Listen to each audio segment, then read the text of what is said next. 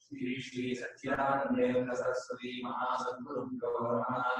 अतीतो ब्रह्म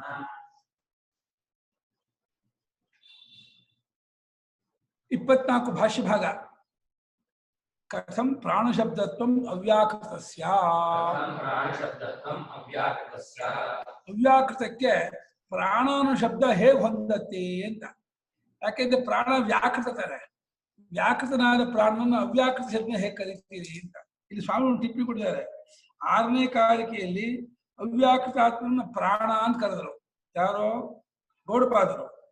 ಪ್ರಾಣವು ಅವ್ಯಾಕೃತವಾದ್ದರಿಂದ ಅದು ಸರಿಯಲ್ಲವಲ್ಲ ಅಂತ ಆಕ್ಷೇಪಣೆ ಮಾಡಿ ಅದಕ್ಕೆ ಉತ್ತರವಾಗಿ ಪ್ರಾಣವು ಸುಷುಪ್ತಿಯಲ್ಲಿ ಅವ್ಯಾಕೃತವೇ ಆಗಿರುತ್ತಾನೆ ಅಂತ ಸುಷುಪ್ತಿ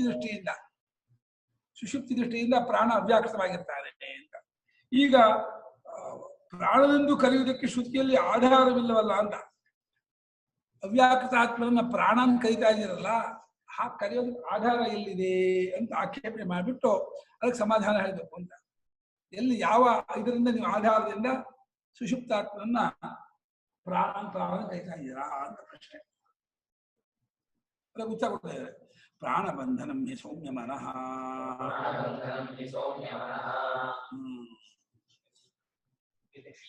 ಇತಿ ಶ್ರುತೇ. ಉತ್ತರ ಇದು ಸೌಮ್ಯನೇ ಅಂದ್ರೆ ಶ್ವೇತಕೇತುವೆ ಮನಸ್ಸು ಪ್ರಾಣಕ್ಕೆ ಕಟ್ಟು ಬಿದ್ದಿದೆ ಅಂತ. ಮನಸ್ಸು ಅಂದ್ರೆ ಯಾವುದೋ ಮನೋಪಾಧಿಕನಾದ ಜೀವನು ಅಂತ ಅರ್ಥ. ಪ್ರಾಣ ಅಂದ್ರೆ ಯಾರು? ಈ ಪ್ರಾಣ ಅಂತಂದ್ರೆ ಪರಮಾತ್ಮ ಕಾರಣ ಬ್ರಹ್ಮವನ್ನು ಪ್ರಾಣ ಅಂತ ಹೇಳ್ತಾ ಇದ್ದಾರೆ. ಆಮೇಲೆ ಟಿಪ್ಪಣಿ ಕೊಟ್ಟಿದೆ ನೋಡಿ. ಈ ಶ್ರುತಿಯಲ್ಲಿ ಮನಸ್ಸೆಂಬ ಉಪಾಧಿಯ ಜೀವನನ್ನ ಮನಸ್ಸೆಂದು, ಪ್ರಾಣೋಪಲಕ್ಷಿತವಾದ ಕಾರಣ ಬ್ರಹ್ಮವನ್ನ ಪ್ರಾಣವೆಂದು ಕರೆದಿದೆ. ಜೀವನು ಈ ಬ್ರಹ್ಮವನ್ನು ಆಶ್ರಯಿಸಿಕೊಂಡೇ ಇರುತ್ತಾನೆ ಎಂಬುದು ಅಕ್ಕಿದ ಅರ್ಥ. ಕೆಲಸ ಜಾಗದಲ್ಲಿ ಕೆಲಸ ಕರೀತಾರೆ. ಮನಸ್ಸು ಅನ್ನೋ ಶಬ್ದ ಕರೆಬಿಟ್ಟಿದ್ದಾರೆ, ಜೀವನನ್ನ ಕರಿಬಹುದು. ಶ್ರುತಿಯ ವಿವಕ್ಷೆ ಏನೋ ಅಂತ. ಹಾಗೆ ಪ್ರಾಣ ಶಬ್ದದಿಂದ ಪರಮಾತ್ಮನ ಕರೀತಾರೆ. ಹೌದೌದು. ನನು ತತ್ರ ಸದೇವ ಸೌಮ್ಯ ಇದು ಪ್ರಕೃತಂ ಸದ್ಬ್ರಹ್ಮ ಪ್ರಾಣಶಬ್ದವಾಚ್ಯ. ಅಲ್ಲ ರೀ, ಅಲ್ಲಿ ಬ್ರಹ್ಮವನ್ನ ಪ್ರಾಣ ಕರೀತಾರೆ, ನೀವು ಅವ್ಯಾಕೃತ ಕರೀತಾ ಇದ್ದೀರಾ ಹೆಂಗೆ ಅಂತ. ತತ್ರ ಅಂದ್ರೆ ಛಾಂದೋಗ್ಯದಲ್ಲಿ ಪ್ರಾಣಶಬ್ದವು ಸತ್ತನ್ನ ಕರೀತಾ ಇದೆ, ಸದ್ಬ್ರಹ್ಮವನ್ನ ಪ್ರಾಣಶಬ್ದ ಕರೀತಾ ಇದೆಯೇ ಹೊರತು ಅವ್ಯಾಕೃತವನ್ನ ಪ್ರಾಣಶಬ್ದ ಕರೀತಾ ಇಲ್ವಲ್ಲ. ಆ ಕಾಂಟೆಕ್ಸ್ಟ್, ಆ ಸಂದರ್ಭ, ಆ ಪ್ರಕರಣ ತೆಗೆದು ನೋಡಿದ್ರೆ, ಛಾಂದೋಗ್ಯದ 6ನೇ ಅಧ್ಯಾಯ ತೆಗೆದು ನೋಡಿದ್ರೆ ಅಲ್ಲಿ ಪ್ರಾಣ ಶಬ್ದದಿಂದ ಕರೀತಾ ಇರೋದು ಪರಮಾತ್ಮನನ್ನ, ಸದ್ಬ್ರಹ್ಮವನ್ನ. ನೀವು ಇಲ್ಲಿ ಉಪಯೋಗಿಸ್ತಾ ಇರೋದು ಅವ್ಯಾಕೃತ ಆತ್ಮನ ಉಪಯೋಗಿಸ್ತಾ ಇದ್ದೀರಾ. ಹೆಂಗೆ ಸರಿಯಾಗುತ್ತೆ ಎಂದು ಪ್ರಶ್ನೆ. ನೈಷ ದೋಷ ಬೀಜಾತ್ಮಕತ್ವ ಅಭ್ಯುಗಮಾತ್ ಸತಃ. ನಾವು ಸತ್ತನ್ನ ಬೀಜಾತ್ಮಕ ರೂಪ ಅನ್ನೋದನ್ನು ಒಪ್ಪಿಕೊಡ್ತೀವಿ. ಸದೇವ ಸೌಮ್ಯ ಇದಮಗ್ರ ಆಸೀತ್ ಏಕಮೇವ ದ್ವಿತೀಯಂ ಅನ್ನುವಾಗ, ಅದು ತೇಜಸ್ಸನ್ನು ಸೃಷ್ಟಿ ಮಾಡ್ತು ಅನ್ನುವಾಗ ಬೀಜಾತ್ಮಕತ್ವವನ್ನು ನಾವು ಇಟ್ಕೊಂಡಿದ್ದೀವಿ. ಸತ್ತನ್ನ ಸದ್ರೂಪ ಪರಮಾತ್ಮ ಅಂತ ಹೇಳ್ತೀವಿ. ಅವ್ಯಾಕೃತ ರೂಪ ಎಂಬುದಾಗಿಯೂ ಜಗತ್ತಿಗೆ ಕಾರಣರೂಪ ಅಂತ ಹೇಳ್ತೀವಿ. ಅದು ಆಯಾ ಪ್ರಸಂಗ ತಕ್ಕಾಗಿ ಹೇಳಬೇಕಾಗುತ್ತೆ, ಏನ್ ಮಾಡಕ್ಕಾಗಲ್ಲ. ಬೀಜಾತ್ಮಕತ್ವ, ಬೀಜಾತ್ಮಕ ಬೀಜ ಸ್ವರೂಪ, ಬೀಜ ಸ್ವರೂಪವಾಗಿದೆ ಎಂಬುದಾಗಿ ನಾವು ಒಪ್ಪಿದ್ದೇವೆ ಎಂದು. ನಾವು ಒಂದು ಶ್ರುತಿ ಉಂಟಸ. ಶ್ರುತಿಯು ಆ ಜಾಗದಲ್ಲಿ ಬೀಜಾತ್ಮಕವಾದ ಸತ್ವ ಎಂಬುದನ್ನು ಒಪ್ಕೊಂಡಿದೆ. ಅದನ್ನ ಆ ಶಬ್ದ ಕರೆದಿದೆ, ತಪ್ಪೇನಾಗಲ್ಲ. ಯಾಕೆಂದ್ರೆ ತುಂಬಾ ವ್ಯತ್ಯಾಸ ಇಲ್ಲ ಅವ್ಯಾಕೃತಕ್ಕೂ ಆ ಸತ್ಸ್ವರೂಪಕ್ಕೂ. ಜಗತ್ತಿಗೆ ಕಾರಣ ಅಂದಾಗ ಅವ್ಯಾಕೃತ, ತತ್ವತಃ ಅದು ಬ್ರಹ್ಮವೇ. ಅದು ಎರಡಲ್ಲ, ಅದು ಅವ್ಯಾಕೃತ ಪರಮಾತ್ಮ ಅಂದ್ರೆ ಎರಡಲ್ಲ. ಜಗತ್ತಿಗೆ ಬೀಜ ರೂಪವಾಗಿದೆ, ಕಾಲವಾಗಿದೆ, ಸೂಕ್ಷ್ಮ ರೂಪವಾಗಿದೆ ಎನ್ನುವಾಗ ಅದು ಅವ್ಯಾಕೃತ, ಅವ್ಯಕ್ತ, ಮಾಯಾ, ಆಕಾಶ ಅಂತ ಇದ್ದಾರೆ. ಮತ್ತೆ ಅದನ್ನು ಅವಿದ್ಯಾ ಅಂತ ಎಲ್ಲೂ ಶಂಕರಾಚಾರ್ಯ ಕರೆದಿಲ್ಲ. ಅದನ್ನು ಚೆನ್ನಾಗಿ ಜ್ಞಾಪಕ ಕೊಟ್ಟಬೇಕು. ಅವ್ಯಾಕೃತವನ್ನ ಅವಿದ್ಯಾ ಅಂತ ಕರೆದೇ ಇಲ್ಲ. ಅದನ್ನ ಆಕಾಶ, ಮಾಯಾ, ಅವ್ಯಾಕೃತ, ಅವ್ಯಕ್ತ, ಬೀಜಶಕ್ತಿ, ಮಹಾಸುಕ್ತಿ ಕರೆದಿದ್ದಾರೆ. ಶಂಕರಾಚಾರ್ಯ ನಂತರ ಪೋಸ್ಟ್ ಶಂಕರಾಚಾರ್ಯ ನಂತರ ಬಂದ ವ್ಯಾಖ್ಯಾನಕಾರರು ಭಾಮತಿ ಇದು ಪಂಚಮಾಲಿಕಕಾರ ಫಸ್ಟ್ ಅದನ್ನ ಅವಿದ್ಯಾ ಅಂತ ಕರೆದರು. ಶಂಕರಾಚಾರ್ಯ ಬಾಯಿ ಬಿಟ್ಟು ಅದು ಅವಿದ್ಯಾ ಕಲ್ಪಿತ ಅಂತ ಹೇಳಿದ್ದಾರೆ. ಅವಿದ್ಯಾ ಕಲ್ಪಿತ ಅಂತ ಹೇಳಿದ್ರು, ಅವರು ಅದನ್ನ ಗೌಣ ಮಾಡಿದರು. ಅವಿದ್ಯಾ ಕಲ್ಪಿತ ಅಂತ ಅವಿದ್ಯಾ ಕಲ್ಪಿತ ಅಂದ್ರೆ ಪರಮಾರ್ಥವಲ್ಲ ಅನ್ನೋ ಅರ್ಥ ಹೇಳ್ತು. ಇವನ ಅವಿದ್ಯೆಯಿಂದ ಕಲ್ಪಿತವಾದದ್ದಲ್ಲ ಅಂತ ವ್ಯಾಖ್ಯಾನ ಮಾಡಿದ್ರು. ಇದೊಂಥರ ದೇವರು ಕೊಟ್ಟರು ಪೂಜಾರಿ ಕೊಡ ಅಂತ. ಶಂಕರಾಚಾರ್ಯರು ನಿಮ್ಮ ಅವಿದ್ಯೆಯಿಂದ ವ್ಯಾಕೃತ ಹೇಗೆ ಅವಿದ್ಯಾ ಕಲ್ಪಿತವೋ, ವ್ಯಾಕೃತಕ್ಕೆ ಕಾರಣವಾಗಿರೋ ಅವ್ಯಾಕೃತವೂ ಅವಿದ್ಯಾ ಕಲ್ಪಿತವೇ. ಪರಮಾರ್ಥವಾಗಿ ಪರಮಾತ್ಮದಲ್ಲಿ ಎರಡೂ ಇಲ್ಲ ಅನ್ನೋ ಅರ್ಥದಲ್ಲಿ ಹೇಳಿದ್ರೆ, ಇವ್ರು ಇಲ್ಲ ಇಲ್ಲ ಇಲ್ಲ, ಆ ಅವ್ಯಾಕೃತವು ಈ ಅಧ್ಯಾಸಕ್ಕೆ ಅವಿದ್ಯೆಗೆ ಕಾರಣ, ಅದನ್ನ ಮೂಲಾವಿದ್ಯಾ ಅಂತ ಒಂದು ಹೊಸ ಪ್ರಕ್ರಿಯೆನೇ ತಗೊಂಡ್ಬಂದ್ಬಿಟ್ಟು ವಿಷಯಾಂತರ. ಇದಕ್ಕೆ ಹೋಗೋದು ಬೇಡ. ನಾವು ಸದ್ಯಕ್ಕೆ ಬೀಜಾತ್ಮಕತ್ವ ಯಾವುದನ್ನ ಅವ್ಯಾಕೃತವನ್ನ ಬೀಜಾತ್ಮಕ ಅಂತ ಹೇಳಿ ಒಪ್ಕೊಂಡಿದೀವಿ, ಅಥವಾ ಸತ್ತನ್ನ ಬೀಜಾತ್ಮಕ ಅಂತ ಹೇಳಿ ಒಪ್ಕೊಂಡಿದೀವಿ. ಸತ್ತಿಗೆ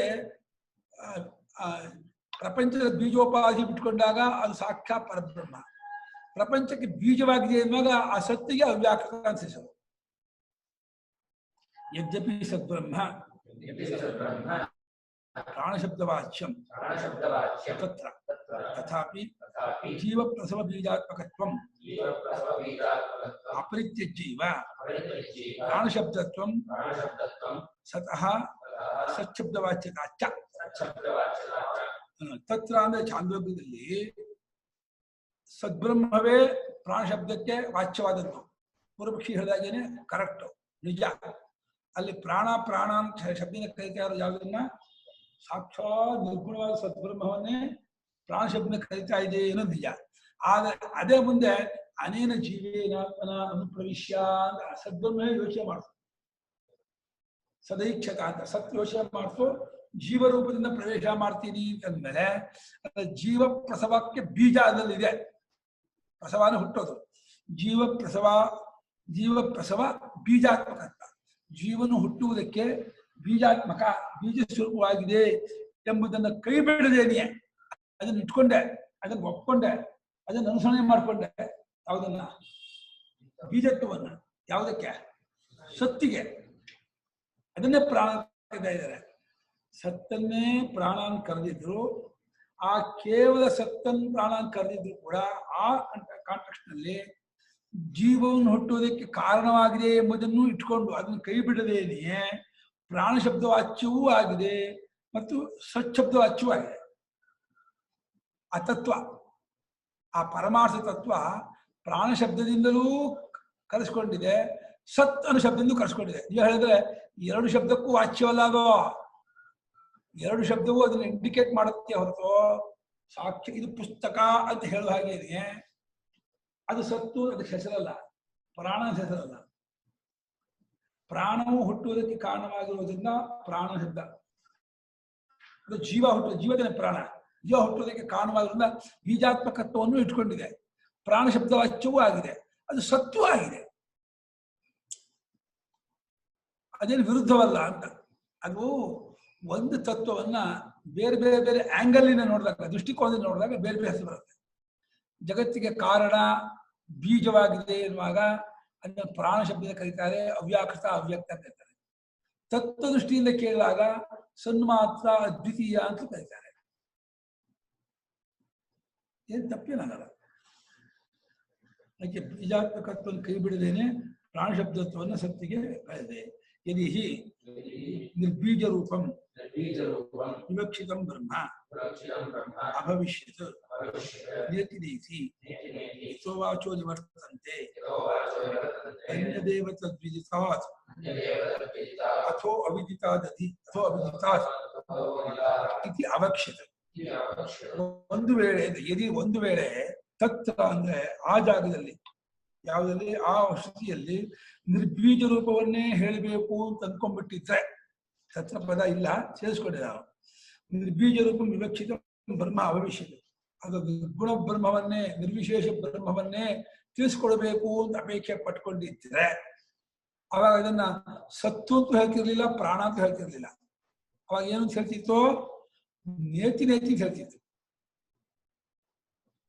ಪರಮಾರ್ಥ ತತ್ವವನ್ನೇ ಇದ್ದದ್ದಿದ್ದಾಗಿ ಹೇಳಿ ಅಂತಂದ್ರೆ ಅದಕ್ಕೆ ಯಾವ ಶಬ್ದವಾಚ್ಯತ್ವವೂ ಇಲ್ಲವಾದ್ರಿಂದ ಹೀಗಲ್ಲ ಹೀಗಲ್ಲ ಅನ್ನೋದ್ರಲ್ಲೇ ಹೇಳಿದ್ರು. ಏನೇನೇನೇನು ಆರೋಪ ಮಾಡಿದ್ದೀವೋ ಆರೋಪವನ್ನು ತೆಗೆದುಹಾಕುವುದ್ರ ಮೂಲಕವಾಗಿಯೇ ತಿಳಿಸ್ಕೊಡೋದು ಬೇಕೇ ಹೊರತು ಬೇರೆ ಮಾರ್ಗವೇ ಇಲ್ಲ ತಿಳಿಸ್ಕೊಡಕ್ಕೆ. ನಾಣ್ಯ ದ್ವಾರಂ ಅಂತರಾತ್ಮನೋ ವಿಜ್ಞಾನಾಯ. ಅಂತರಾತ್ಮ ಒಳಗಿರುವ ಆತ್ಮನನ್ನ ಆರೋಪ ಮಾಡಿಕೊಂಡ ತಪ್ಪು ತಿಳುವಳಿಕೆಯನ್ನ ಕಳೆದು ಹಾಕುವುದಕ್ಕಿಂತ ಬೇರೆಯಾದ ಮತ್ತೊಂದು ಪ್ರಕಾರದಾದ ಉಪದೇಶ ಇಲ್ಲವೇ ಇಲ್ಲ. ಯಾಕೆ ಹೇಳಿ? ಅದು ಪ್ರಸಿದ್ಧವಾಗಿದೆ, ನಿತ್ಯ ಅಪರೋಕ್ಷವಾಗಿದೆ, ಅವಗತ ಸ್ವರೂಪ, ಜ್ಞಾತ ಸ್ವರೂಪ, ಆಲ್ರೆಡಿ ಗೊತ್ತಾಗಿರುವ ಸ್ವರೂಪ. ಹೊಸದಾಗಿ ಘಟಪಟಾದಿಗಳಂತೆ ಗೊತ್ತಾಗಬೇಕಾದ ಗೊತ್ತಾಗುವ ವಸ್ತು ಅಲ್ಲ. ಹಾಗಾದ್ರೇನೆ ಅದರ ಮೇಲೆ ಆರೋಪ ಮಾಡಿಕೊಳ್ತಿರ್ಬೇಕು. ನೇತಿ ನೇತಿ ಇನ್ನೊಂದ್ ಕಡೆ, ಇನ್ನೊಂದ್ ಕಡೆಯಲ್ಲಿ ಯಾವ ಚಿತ್ರದಿಂದ ವಾಕು ರಿಗುಂಡ ವಾಪಸ್ ಬರುತ್ತೋ ಮನಸ್ಸಿನೊಡನೆ, ಅಪ್ರಾಪ್ಯ ಮನಸ್ಸಾ ಸಹ ಮನಸ್ಸಿನೊಡನೆ ವಾಪಸ್ ಬರುತ್ತೋ ಅಂತ ಅರ್ಥ. ಹಾಗೆಯೇ ತತ್ತು ಅಂದ್ರೆ ಆ ಪರಬ್ರಹ್ಮ ವಸ್ತುವು ವಿದಿತಾದ ಅನ್ಯತು ಅವಿದಿತಾದ ಅನ್ಯತು.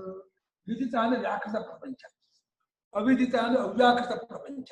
ಅವ್ಯಾಕೃತ ಪ್ರಪಂಚ ಏನ್ ಗೊತ್ತಲ್ಲ? ಅವ್ಯಾಕೃತ ಪ್ರಪಂಚ ಅಂದ್ರೆ ಜಗತ್ತಿನ ಬೀಜಾವಸ್ಥೆ, ಅವ್ಯಕ್ತ ಕಾರಣ. ಈ ಜಗತ್ತಿದೆಯಲ್ಲಪ್ಪ, ಇದು ವ್ಯಾಕೃತ ಪ್ರಪಂಚ. ಇದು ಹುಟ್ಟೋಕ್ ಮುಂಚೆ ವ್ಯಾಕೃತಕ್ಕೆ ಆಸರಿಸು. ಅವ್ಯಾಕೃತ. ಈಗ ಹಲಸಿನ ಮರ ಇದೆ, ಮಾವಿನ ಮರ ಇದೆ. ಹಲಸಿನ ಬೀಜದಲ್ಲಿ ಅಥವಾ ಮಾವಿನ ಓಟೆಯಲ್ಲಿ ಮರ ಏನಾಗಿರುತ್ತೆ? ಅವ್ಯಕ್ತ. ಅವ್ಯಕ್ತ ವ್ಯಕ್ತನ ತೋರ್ಕೊಳ್ಳೋದು. ಅವ್ಯಕ್ತ ಅಂದ್ರೆ ತೋರ್ಕೊಳ್ಳೋದಿರೋದು. ತೋರ್ಕೊಳ್ಳೋದು. ಬೀಜ ನೋಡಿದ್ರೆ ಮರ ಕಾಣ್ತಾನ, ಓಟೆ ನೋಡಿದ್ರೆ ಮಾವಿನ ಮರ ಕಾಣ್ತಾನ. ಮಾವಿನ ಮರ ಅಲ್ಲಿ ಮಾವಿನ ಮರ ಇಲ್ಲದೆ ಹೋದ್ರೆ ಅಲ್ಲೇ ಬರ್ತಿತ್ತು. ಅಲ್ಲಿ ಮಾವಿನ ಮರ ಇದೆ, ಓಟೆ ಒಳಗೆ ಮಾವಿನ ಮರ ಇದೆ, ಹಲಸಿನ ಬೀಜದಲ್ಲಿ ಹಲಸಿನ ಮರ ಇದೆ. ಹೇಗಿದೆ? ಅವ್ಯಕ್ತವಾಗಿದೆ. ಅವ್ಯಕ್ತವಾಗಿದೆ, ಏನೋ ತೋರ್ಕೊಳ್ಳದೆ ಇದೆ, ಬಿಡುಗಡೆ ಆಗದೆ, ಅವ್ಯಾಕೃತವಾಗಿದೆ, ಬಿಡುಗಡೆ ಆಗದೆ ಇದೆ. ಹಾಗೆಯೇ ಈ ಜಗತ್ತು ಸೃಷ್ಟಿಗೆ ಮುಂಚೆ ಅವ್ಯಾಕೃತ, ಬಿಡುಗಡೆ ಆಗದೆ ಇದ್ದದ್ದಾಗಿತ್ತು. ಅವ್ಯಕ್ತ, ತೋರಿಕೊಳ್ಳದೇ ಇದ್ದದ್ದೇ ಆಗಿತ್ತು. ವಟಕಣಿಕಾಯಾಮ ವಟವೃಕ್ಷ ಶಕ್ತಿ ಅಂತ ಶಂಕರಾಚಾರ್ಯ ಬರೀತಾರೆ. ಆಲದ ಮರದ ಬೀಜದಲ್ಲಿ ಆಲದ ಮರದ ಶಕ್ತಿ ಹೇಗೆ ಅಡಗಿರುತ್ತೋ ಹಾಗೆ ಅವ್ಯಾಕೃತ, ಅವ್ಯಕ್ತ, ಬೀಜಾವಸ್ಥೆ, ಸೂಕ್ಷ್ಮಾವಸ್ಥೆ ಜಗತ್ತಿನಲ್ಲಿದೆ. ಖಂಡಿತ ಅದು ಬೇಕು, ಅದು ಒಪ್ಕೋಬೇಕು. ಎಲ್ಲಿವರೆಗೆ ಪ್ರಪಂಚವನ್ನು ಒಪ್ಕೋತೀವೋ ಅಲ್ಲಿವರೆಗೆ ಅವ್ಯಾಕೃತವನ್ನು ತೆಗೆದುಹಾಕಕ್ಕಾಗಲ್ಲ, ಇದ್ದೇ ಇರುತ್ತೆ. ಇನ್ನು ಹೇಳಿದ್ರೆ ವ್ಯಾಕೃತ ಪ್ರಪಂಚದಲ್ಲಿ ಅವ್ಯಾಕೃತ ಸೂಕ್ಷ್ಮವಾಗಿದೆ, ಅವ್ಯಾಕೃತ ಪ್ರಪಂಚದಲ್ಲಿ ವ್ಯಾಕೃತ ಜಗತ್ತು ಸೂಕ್ಷ್ಮವಾಗಿದೆ. ಅವ್ಯಕ್ತವಾದಾಗ ಜಗತ್ತೇನಾಗಿರುತ್ತೆ? ಸೂಕ್ಷ್ಮವಾಗಿರುತ್ತೆ. ವ್ಯಾಕೃತವಾದಾಗ ಅವ್ಯಕ್ತವೇನಾಗಿರುತ್ತೆ? ಹೇಗೆ ಗಡಿಗೆ ಆದಾಗ ಮಣ್ಣು ಅಲ್ಲಿ ಸೂಕ್ಷ್ಮವಾಗಿರುತ್ತೆ, ಮಣ್ಣಾಗಿದ್ದಾಗ ಗಡಿಗೆ ಅಲ್ಲಿ ಸೂಕ್ಷ್ಮವಾಗಿರುತ್ತೆ. ಎರಡು ಕಾಲದಲ್ಲೂ ಇದೆ. ಸೃಷ್ಟಿ ಕಾಲದಲ್ಲೂ ವ್ಯಾಕೃತ ಇದೆ, ಪ್ರಳಯ ಕಾಲದಲ್ಲೂ ವ್ಯಾಕೃತ ಇದೆ. ಪ್ರಳಯ ಕಾಲದಲ್ಲಿ ವ್ಯಾಕೃತ ಅವ್ಯಕ್ತವಾಗಿರುತ್ತೆ, ಸೃಷ್ಟಿ ಕಾಲದಲ್ಲಿ ಅವ್ಯಾಕೃತವಾಗಿರುತ್ತೆ. ಹಾಗಾದ್ರೆ ಏನಾಯ್ತು? ಎರಡಲ್ಲ ಅಂತಾಯ್ತು, ಒಂದೇ ಎರಡಾಗಿ ತೋರ್ತಾ ಇದೆ. ಒಂದೇನು ಯಾವ ಒಂದು? ವ್ಯಾಕೃತ ಅಲ್ಲ, ವ್ಯಾಕೃತವಾಗದೇ ಇರುವ ಪರಮಾರ್ಥ ತತ್ವ ಎರಡ ಹೊಡ್ಕೊಂಡು ತೋರ್ತಾ ಇದೆ. ಈ ಟ್ರಿಕ್ ಗೊತ್ತಾಗ್ಬೇಕಾಯ್ತು ವ್ಯಾಖ್ಯಾನಕಾರರಿಗೆ. ಇದು ಗೊತ್ತಾಗ್ಬಿಟ್ಟಿದ್ರೆ ಏನ್ ಮಾಡುದು? ಅವ್ಯಾಕೃತವನ್ನು ಅವಿದ್ಯೆ ಹೇಳ್ತಿರ್ಲಿಲ್ಲ.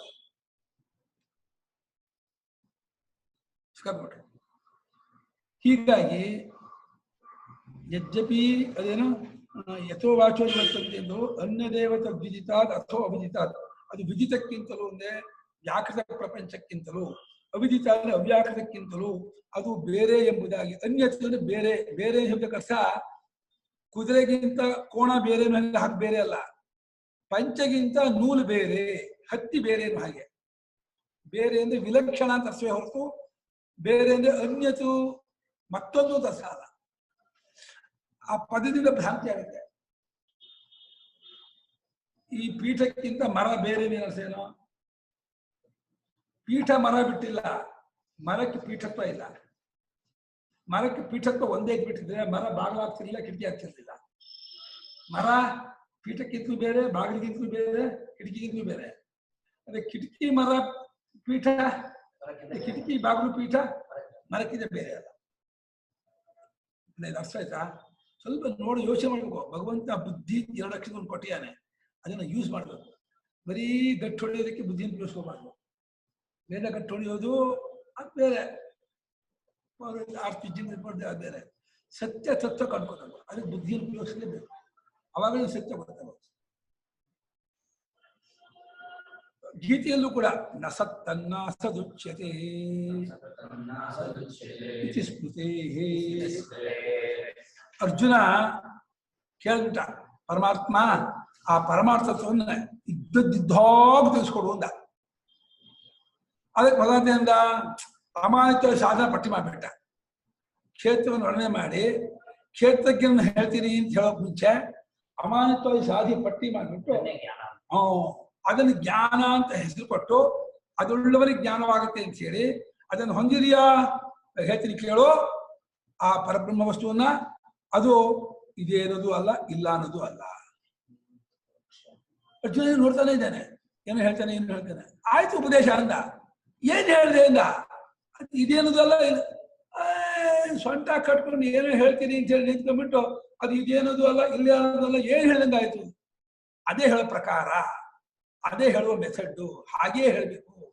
ಅದನ್ನೇನಾದ್ರೂ ನಾನು ಹೀಗೆ ಅಂತ ಹೇಳ್ಬಿಟ್ರೆ ತಪ್ಪಾಗುತ್ತೆ. ಯಾಕಂದ್ರೆ ಇದೇ ಇಲ್ಲ ಅನ್ನೋ ಎರಡನ್ನೂ ಬೆಳಗುವ ಚೈತನ್ಯ ಇದೇನು ಕೋಟಿಗೂ ಸೇರಲ್ಲ, ರಾಶಿಗೂ ಸೇರಲ್ಲ, ಇಲ್ಲ ಅನ್ನೋ ರಾಶಿಗೂ ಸೇರಲ್ಲ ಅಲ್ವಾ. ಯಾವುದು ಇದೆ ಅನ್ನೋದನ್ನು ನೋಡುತ್ತೋ ಇಲ್ಲ ಅನ್ನೋದನ್ನು ನೋಡುತ್ತೋ ಅದೆರಡಕ್ಕೂ ಸಬ್ಜೆಕ್ಟ್ ಆಗಿದೆಯೋ, ಎರಡಕ್ಕೂ ಸಾಕ್ಷಿ ಆಗಿದೆಯೋ, ಅದು ಎರಡಕ್ಕಿಂತ ಬೇರೆ ತಾನೆ. ಆ ಎರಡು ಶಬ್ದ ನಾನು ಹೇಳಬಾರ್ದು ತಾನೆ, ಹೇಳಕ್ ಬರೋಲ್ಲ. ಅದು ಪರಮಾತ್ಮ ಇದ್ದಾನೆ ಅಂದ್ರೆ ತಪ್ಪು, ಪರಮಾತ್ಮ ಇಲ್ಲ ಅಂದ್ರೆ ಅದು ತಪ್ಪು. ಪರಮಾತ್ಮ ಇದ್ದಾನೋ ಇಲ್ವ ಅಂದ್ರೆ ಇದ್ದಾನೆ ಇಲ್ಲ ಅಂದ್ರೆ ಇದ್ದಾನೆ ಅನ್ನೋದು ಇಲ್ಲ, ಇಲ್ಲ ಅನ್ನೋದು ಇಲ್ಲ. ಏನ್ ಇದು ಹಿಂಗೆ ಹೇಳ್ತೀರಾ, ಒಳ್ಳೆ ಕನ್ಫ್ಯೂಸ್ ಮಾಡ್ತಿದ್ದೀರಾ ಕಣ್ಣ. ನನ್ಗೆ ದೇವರು ಇದ್ದಾನೆ ಅಂತಂದ್ರೆ ಅವರನ್ನು ಬೈತೀರಾ, ದೇವರು ಇಲ್ಲ ಅಂದ್ರೆ ಅವರನ್ನು ಬೈತೀರಾ ನೀವು. ಹೌದು ಕಣಯ್ಯ, ದೇವರು ಇದಾನೆ ಅಂದ್ರೆ ಇದಾನೆ ಅನ್ನೋ ಪದ ನನ್ನ ಲೋಕದಲ್ಲಿ ಕಾಲದೇಶದಲ್ಲಿ ಇರೋದನ್ನು ನಾವು ಹೇಳ್ತೀವಿ. ಪುಸ್ತಕ ಇದೆ, ಪೆನ್ ಇದೆ ಅಂದ್ರೆ ಅದು ಇದೆ ಅಂದ್ರೆ ಒಂದು ಕಾಲ ದೇಶದಲ್ಲಿ ಇರೋದನ್ನೇ ನಾವು ಇದೆ ಅಂತ ಒಂದು ಆಕಾರ, ಆ ರೀತಿ ಇರೋದಲ್ಲ. ಇನ್ನು ಇಲ್ಲ ಅಂದ್ರೆ ಬಂಜೆ ಮಗ, ಮೊಲದ ಕೊಂಬು, ಆಕಾಶ ಮುಸ್ಬಂದೆ, ಶೂನ್ಯ, ಅದು ಅಲ್ಲ. ಎರಡಕ್ಕೂ ಸಬ್ಜೆಕ್ಟು, ಎರಡಕ್ಕೂ ಸಾಕ್ಷಿ. ಅವನು ಹೆಂಗಿಲ್ಲ ಅನ್ನೋಣ, ಹೆಂಗೆ ಇದೆ ಅಂತ ಹೆಂಗರೋಣ. ಇದೇ ಅನ್ನೋದನ್ನು ನೋಡುವನು ಇದೇ ನೋಡುವ, ಇಲ್ಲ ನೋಡುವ, ಇಲ್ಲ ಅನ್ನೋದನ್ನು ನೋಡುವನು ಇದೇ ನೋಡುವ, ಇಲ್ಲ ನೋಡುವ, ಏನನ್ನು ನೋಡ. ಅವನು ಹೀಗೆ ಅನ್ಬೇಕಲ್ಲ ಅಂದ. ಯಾಕೆ ಅಂದ್ರೆ ಎರಡಕ್ಕೂ ನೀನೇ ಅದು ನಿನ್ನ ಸ್ವರೂಪ. ತಾನಾದ ಸ್ವರೂಪವನ್ನ ತನಗೆ ಅಲೆಗಳಿಯಕ್ಕಾಗಲ್ಲ. ಯಾಕೆಂದ್ರೆ ಅಲೆಗಳೇ ತಾನಿರ್ಬೇಕು, ಅಲೆಗಳಿಯೋದನ್ನ ನಿಷೇಧ ಮಾಡೋದು, ಇಲ್ಲ ಅಂತ ಮಾಡೋದು. ಹಾಗಾದ್ರಿಂದ ಅದನ್ನ ಸತ್ತು ಅಂತ ಹೇಳಕ್ ಬರಲ್ಲ, ಅಸತ್ತು ಅಂತ ಹೇಳಕ್ ಬರಲ್ಲ ಕಣಪ್ಪ ಅಂತ ಹೇಳಿ ಭಗವಂತ ಗೀತೆಯಲ್ಲಿ ಆ ಪರಮಾರ್ಥವನ್ನು ನಿರ್ದೇಶ ಮಾಡಿದ್ದಾರೆ. ನಿರ್ಬೀಜಿತ ಯೈವ ಚೇತ್ ಸತಿಲೀನಾನಾಂ ಸಂಪನ್ನಾನಾಂ ಸುಷುಪ್ತ ಪ್ರಳಯೋಃ ಪುನರುತ್ಥಾನಾನುಪತ್ತಿ ಸ್ಯಾತ್. ಒಂದು ವೇಳೆ ಸುಷುಪ್ತಿಯಲ್ಲಿ ಅಡಗುವವರು ಅಥವಾ ಅವ್ಯಾಕೃತದಲ್ಲಿ ಪ್ರಳಯವಾದ್ಮೇಲೆ ಅವ್ಯಾಕೃತದಲ್ಲಿ ಅಡಗಿರ್ತಾರೆ ಅಂತ ಶಾಸ್ತ್ರ ಹೇಳುತ್ತೆ. ಮತ್ತೆ ನಿದ್ರಾ ಕಾಲದಲ್ಲಿ ಸುಷುಪ್ತಿಯಲ್ಲಿ ಈ ಜೀವತ್ವ ಅಡಗಿರುತ್ತೆ ಅಂತ ಶಾಸ್ತ್ರ ಹೇಳುತ್ತೆ. ಸುಷುಪ್ತಿಯಲ್ಲಾಗಲಿ ಪ್ರಳಯ ಕಾಲದಲ್ಲಾಗಲಿ ಎಲ್ಲಾ ಜೀವಗಳು ಅಡಗುತ್ತಾರಲ್ಲ, ಅಡಗುವಾಗ ಅವರಿಗೆ ಅವಿದ್ಯಾ ಕಾಮಕರ್ಮ ಅನ್ನೋದು ನಾಶವಾಗಿ ಅಡಗಿಬಿಟ್ರೆ, ಅವಿದ್ಯಾ ಕಾಮಕರ್ಮವೇ ಬೀಜ, ಅವಿದ್ಯಾ ಮೂಲತಃ ಬೀಜ. ಅವಿದ್ಯೆ ಎಂಬ ಮೂಲ ಬೀಜವೂ ಅಲ್ಲಿ ಇಲ್ಲವಾಗಿದ್ದರೆ, ಎಲ್ಲಿ ಸುಷುಪ್ತಿಯಲ್ಲಾಗಲಿ ಪ್ರಳಯದಲ್ಲಾಗಲಿ ಇಲ್ಲವಾಗಿದ್ದರೆ ಅವಾಗ ಮತ್ತೆ ಅವರು ಎಚ್ಚರವಾಗೋದಕ್ಕೆ ಕಾರಣ ಇಲ್ಲ. ಯಾಕೆಂದ್ರೆ ಅವಿದ್ಯೆ ಕಳ್ಕೊಂಡವ್ರು ಮತ್ತೆ ಬರೋಲ್ಲ. ಸುಷುಪ್ತಿಯಲ್ಲಿ ಬೀಜ ರೂಪವಾಗಿ ಇಲ್ಲವಾಗಿದ್ದರೆ, ಅವಿದ್ಯೆ ಇಲ್ಲವಾಗಿದ್ದರೆ, ಹಾಗೆ ಕಾಮಕರ್ಮಗಳ ಸೂಕ್ಷ್ಮ ರೂಪ ಇಲ್ಲವಾಗಿದ್ದರೆ ಮತ್ತೆ ಹೇಳಕ್ ಕಾರಣ ಇಲ್ಲ. ಆದ್ದರಿಂದ ಸುಷುಪ್ತಿಯಲ್ಲಿ ಅವಿದ್ಯೆ ಇದೆ, ಅಜ್ಞಾನ ಇದೆ ಅಂತ. ಇದು ದೊಡ್ಡ ಒಂದು ಕಾಂಟ್ರವರ್ಸಿ ವಿಷಯ. ಇದು ನಮ್ಮ ಸ್ವಾಮಿಗಳವರು ಸುಷುಪ್ತಿಯಲ್ಲಿ ಅವಿದ್ಯೆ ಇಲ್ಲ ಅಂತ ಒಂದು ವಿಚಾರ ಮನ್ನೆ ಮಾಡಿದ್ದಾರೆ. ಅವ್ರು ಹೇಳುವ ಅವಿದ್ಯೆ ಯಾವುದು ಅಂತ ವಿಚಾರ ಮಾಡಬೇಕು. ಸ್ವಾಮಿಗಳು ಹೇಳುವಂತಹ ಅವಿದ್ಯೆ ಇರುವಾಗ ಅಧ್ಯಾಸ, ತಪ್ತಿಳಿಕೆ ಅಂತ ಹೇಳ್ತೀವಲ್ಲ, ಈ ತಪ್ಪಿಳಿಕೆ ಅನ್ನೋದಕ್ಕೆ ಅಂತಃಕರಣ ಆಶ್ರಯವಾದ್ದರಿಂದ ಅಂತಃಕರಣ ಅವಿದ್ಯೆಯನ್ನು ಆಶ್ರಯಿಸಿಕೊಂಡಿದೆ. ಅಂತಃಕರಣವು ಅಡಗಿರುತ್ತದೆ. ಆದ್ದರಿಂದ ಸುಷುಪ್ತಿ ದೃಷ್ಟಿಯಿಂದ ಅಲ್ಲಿ ಅವಿದ್ಯೆ ಇದೆ ಅಂತ ಒಪ್ಕೋಬಾರದು ಒಂದು. ಎರಡನೇದಾಗಿ ಶ್ರುತಿಯಲ್ಲಿ ಸತಿ ಸಂಪದ್ಯನ ವಿದುಹು ಸತಿ ಸಂಪದ್ಯಾಮೇ ವಾಕ್ಯ ಇದೆ. ಸತ್ತಿನಲ್ಲಿ ಒಂದಾಗಿರ್ತಾನೆ ಸುಷುಪ್ತಿ ಕಾಲದಲ್ಲಿ ವಾಕ್ಯ ಇದೆ. ಆಮೇಲೆ ಮೂರನೇದಾಗಿ ಮೋಕ್ಷಕ್ಕೆ ದೃಷ್ಟಾಂತವಾಗಿ ಸುಷುಪ್ತಿಯನ್ನು ಕೊಟ್ಟಿದೆ. ಸುಷುಪ್ತಿಯಲ್ಲೂ ಅವಿದ್ಯೆ ಇದ್ಬಿಟ್ರೆ ಮತ್ತೆ ಮೋಕ್ಷಕ್ಕೆ ದೃಷ್ಟಾಂತ ಇಲ್ಲ ಆಗತ್ತೆ ಅಂತ. ಇದು ಈ ದೃಷ್ಟಿಯಿಂದ ಸರಿ.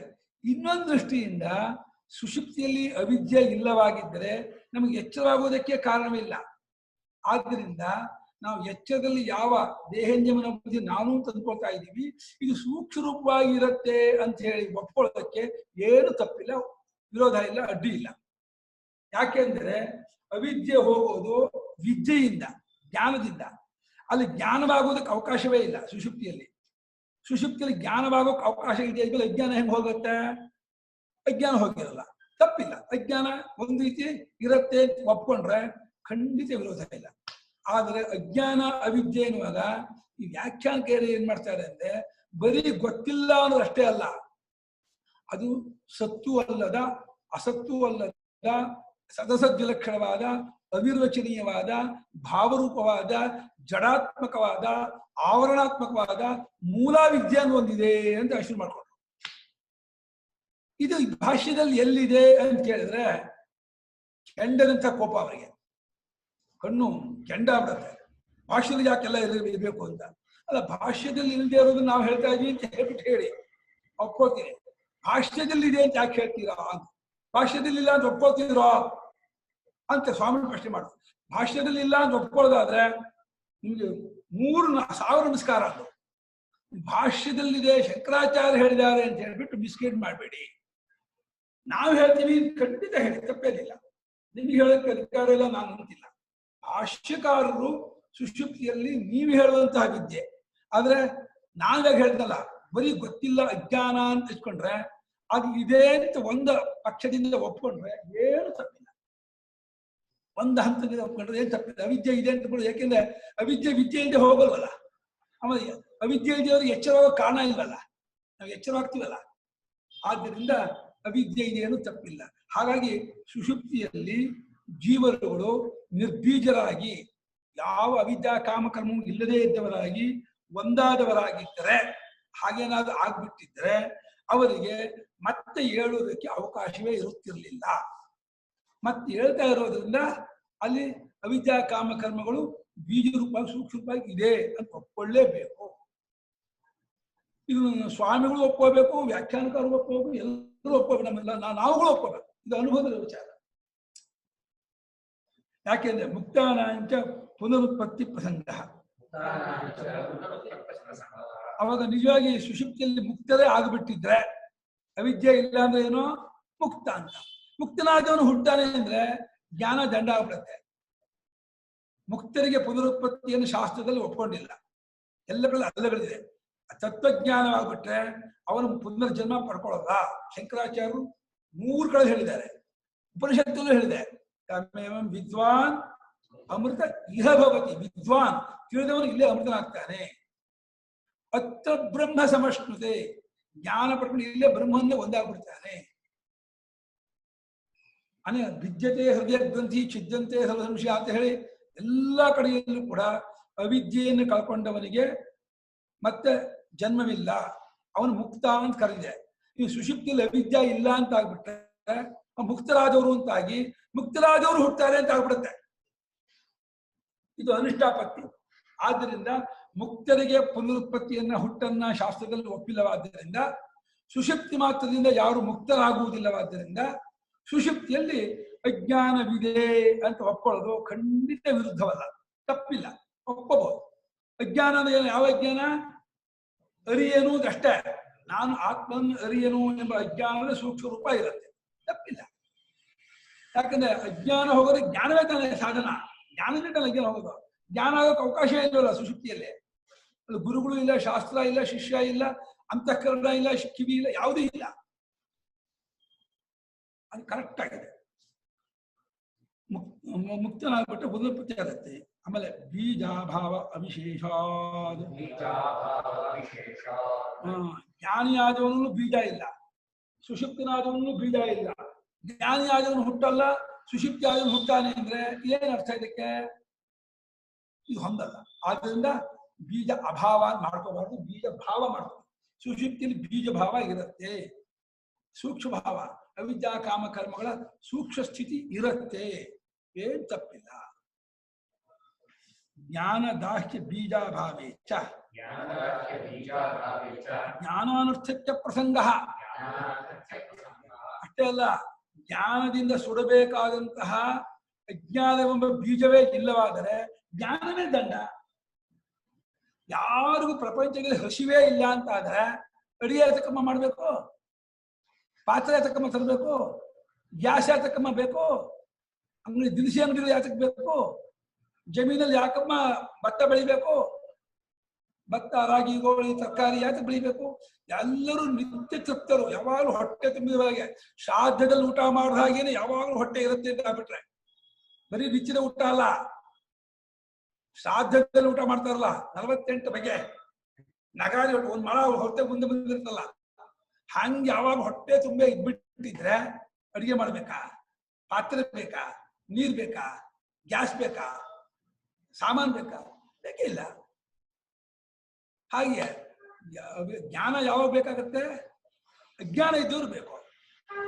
ಅಜ್ಞಾನ ಸುಮ್ಮನೆ ತಾನೇ ಹೋಗ್ಬಿಡುತ್ತೆ, ನಿದ್ರೆಯಲ್ಲಿ ಪ್ರಯತ್ನವಿಲ್ಲದೇ ಅಜ್ಞಾನ ಹೋಗ್ಬಿಡುತ್ತೆ ಅಂದ್ರೆ ಜ್ಞಾನವೇ ದಂಡ ಆಗುತ್ತೆ. ಜ್ಞಾನೋಪದೇಶ ಮಾಡಿದ್ರೆ ವ್ಯರ್ಥ ಆಗುತ್ತೆ. ಜ್ಞಾನವಾಗದೆ ಜ್ಞಾನವಿಹೀನ ಸರ್ವಮತೇನ ಮುಕ್ತಿನ್ನ ಭಜತಿ ಜನ್ಮಶತೇನ. ತತ್ವಜ್ಞಾನವಿಲ್ಲದೆ ಮೋಕ್ಷ ಇಲ್ಲ, ತತ್ವಜ್ಞಾನವಿಲ್ಲದೆ ಅಜ್ಞಾನ ನಿವೃತ್ತಿ ಇಲ್ಲ, ಅಜ್ಞಾನ ನಿವೃತ್ತಿ ಆಗದೆ ಮೋಕ್ಷ ಆಗಲ್ಲ. ಇದು ಅಮೆಂಡ್ಮೆಂಟ್ ಇಲ್ಲಿರೋ ಸ್ಟೇಟ್ಮೆಂಟ್, ಇದು ಬ್ರಹ್ಮಲಿಪಿ. ಹಾಗಾಗಿ ಜ್ಞಾನದಾಹ್ಯ ಅಭಾವೇ ಬೀಜಾಭಾವೇ ಜ್ಞಾನಾರ್ಥಕ್ಕೆ ದಂಡ. ತಸ್ಮಾತ್ ಸಬೀಜತ್ವಾಭ್ಯುಪಗಮೇನೈವ ಸತಃ ಪ್ರಾಣತ್ವ ವ್ಯಪದೇಶಃ ಸರ್ವಶ್ರುತಿಶುಚ ಕಾರಣತ್ವ ವ್ಯಪದೇಶಃ. ಇದನ್ನು ತಿಳಿಸ್ಕೊಟ್ಟು ಉಪನಿಷತ್ತಿನಲ್ಲಿ ಸಕಾರಣಂ ಕಾರಣಾಧಿಪಾಧಿಪೋ ಅಂತ ಶ್ವೇತಾಶ್ವದಲ್ಲಿ ಅವನೇ ಕಾರಣನು ಅಂತ. ಪರಮಾತ್ಮನ ಕಾರಣ ಅಂತ ಅನ್ನುವಾಗ ಅವಾಗ ಏನಾಗಬೇಕು? ಅವನು ಅವ್ಯಾಕೃತನಾಗಿರ್ಬೇಕು. ಅವ್ಯಾಕೃತ ರೂಪಾಪನ್ನವಾದ ಪರಮಾತ್ಮನು ಕಾರಣ. ನೇತಿ ನೇತಿ ಅನ್ನಿಸ್ಕೊಂಡ ಪರಮಾತ್ಮ ಕಾರಣ ಅಲ್ಲ, ಅವ್ಯಕ್ತೋಪಾಧಿಕನಾದ ಪರಮಾತ್ಮನು ಕಾರಣ. ಹಾಗೆ ಅವನಿಗೆ ಪ್ರಾಣಾನುಶಬ್ದ ವ್ಯಪದೇಶವು ಅವನಿಗೆ ಬರೋದು.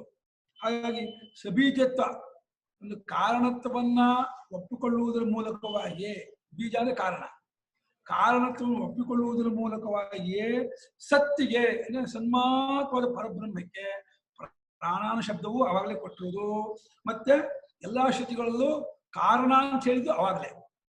ಆತ್ಮ ಆಕಾಶ ಸಂಭೂತ ಅಂದ್ರೆ ಆಕಾಶಾದಿ ಪಂಚಭೂತ ರೂಪ ಆಗಿರ್ತಕ್ಕಂಥ ಸೂಕ್ಷ್ಮ ಪರಮಾತ್ಮನು ಆಕಾಶ ತೋರಿಸ್ತಾ. ಆಕಾಶ ಪರಮಾತ್ಮನಲ್ಲಿ ಇಲ್ಲವಾಗಿದ್ದರೆ ಆಕಾಶವನ್ನು ಪರಮಾತ್ಮಗೂ ತೋರ್ಸೋಕೆ ಆಗ್ತಿರ್ಲಿಲ್ಲ.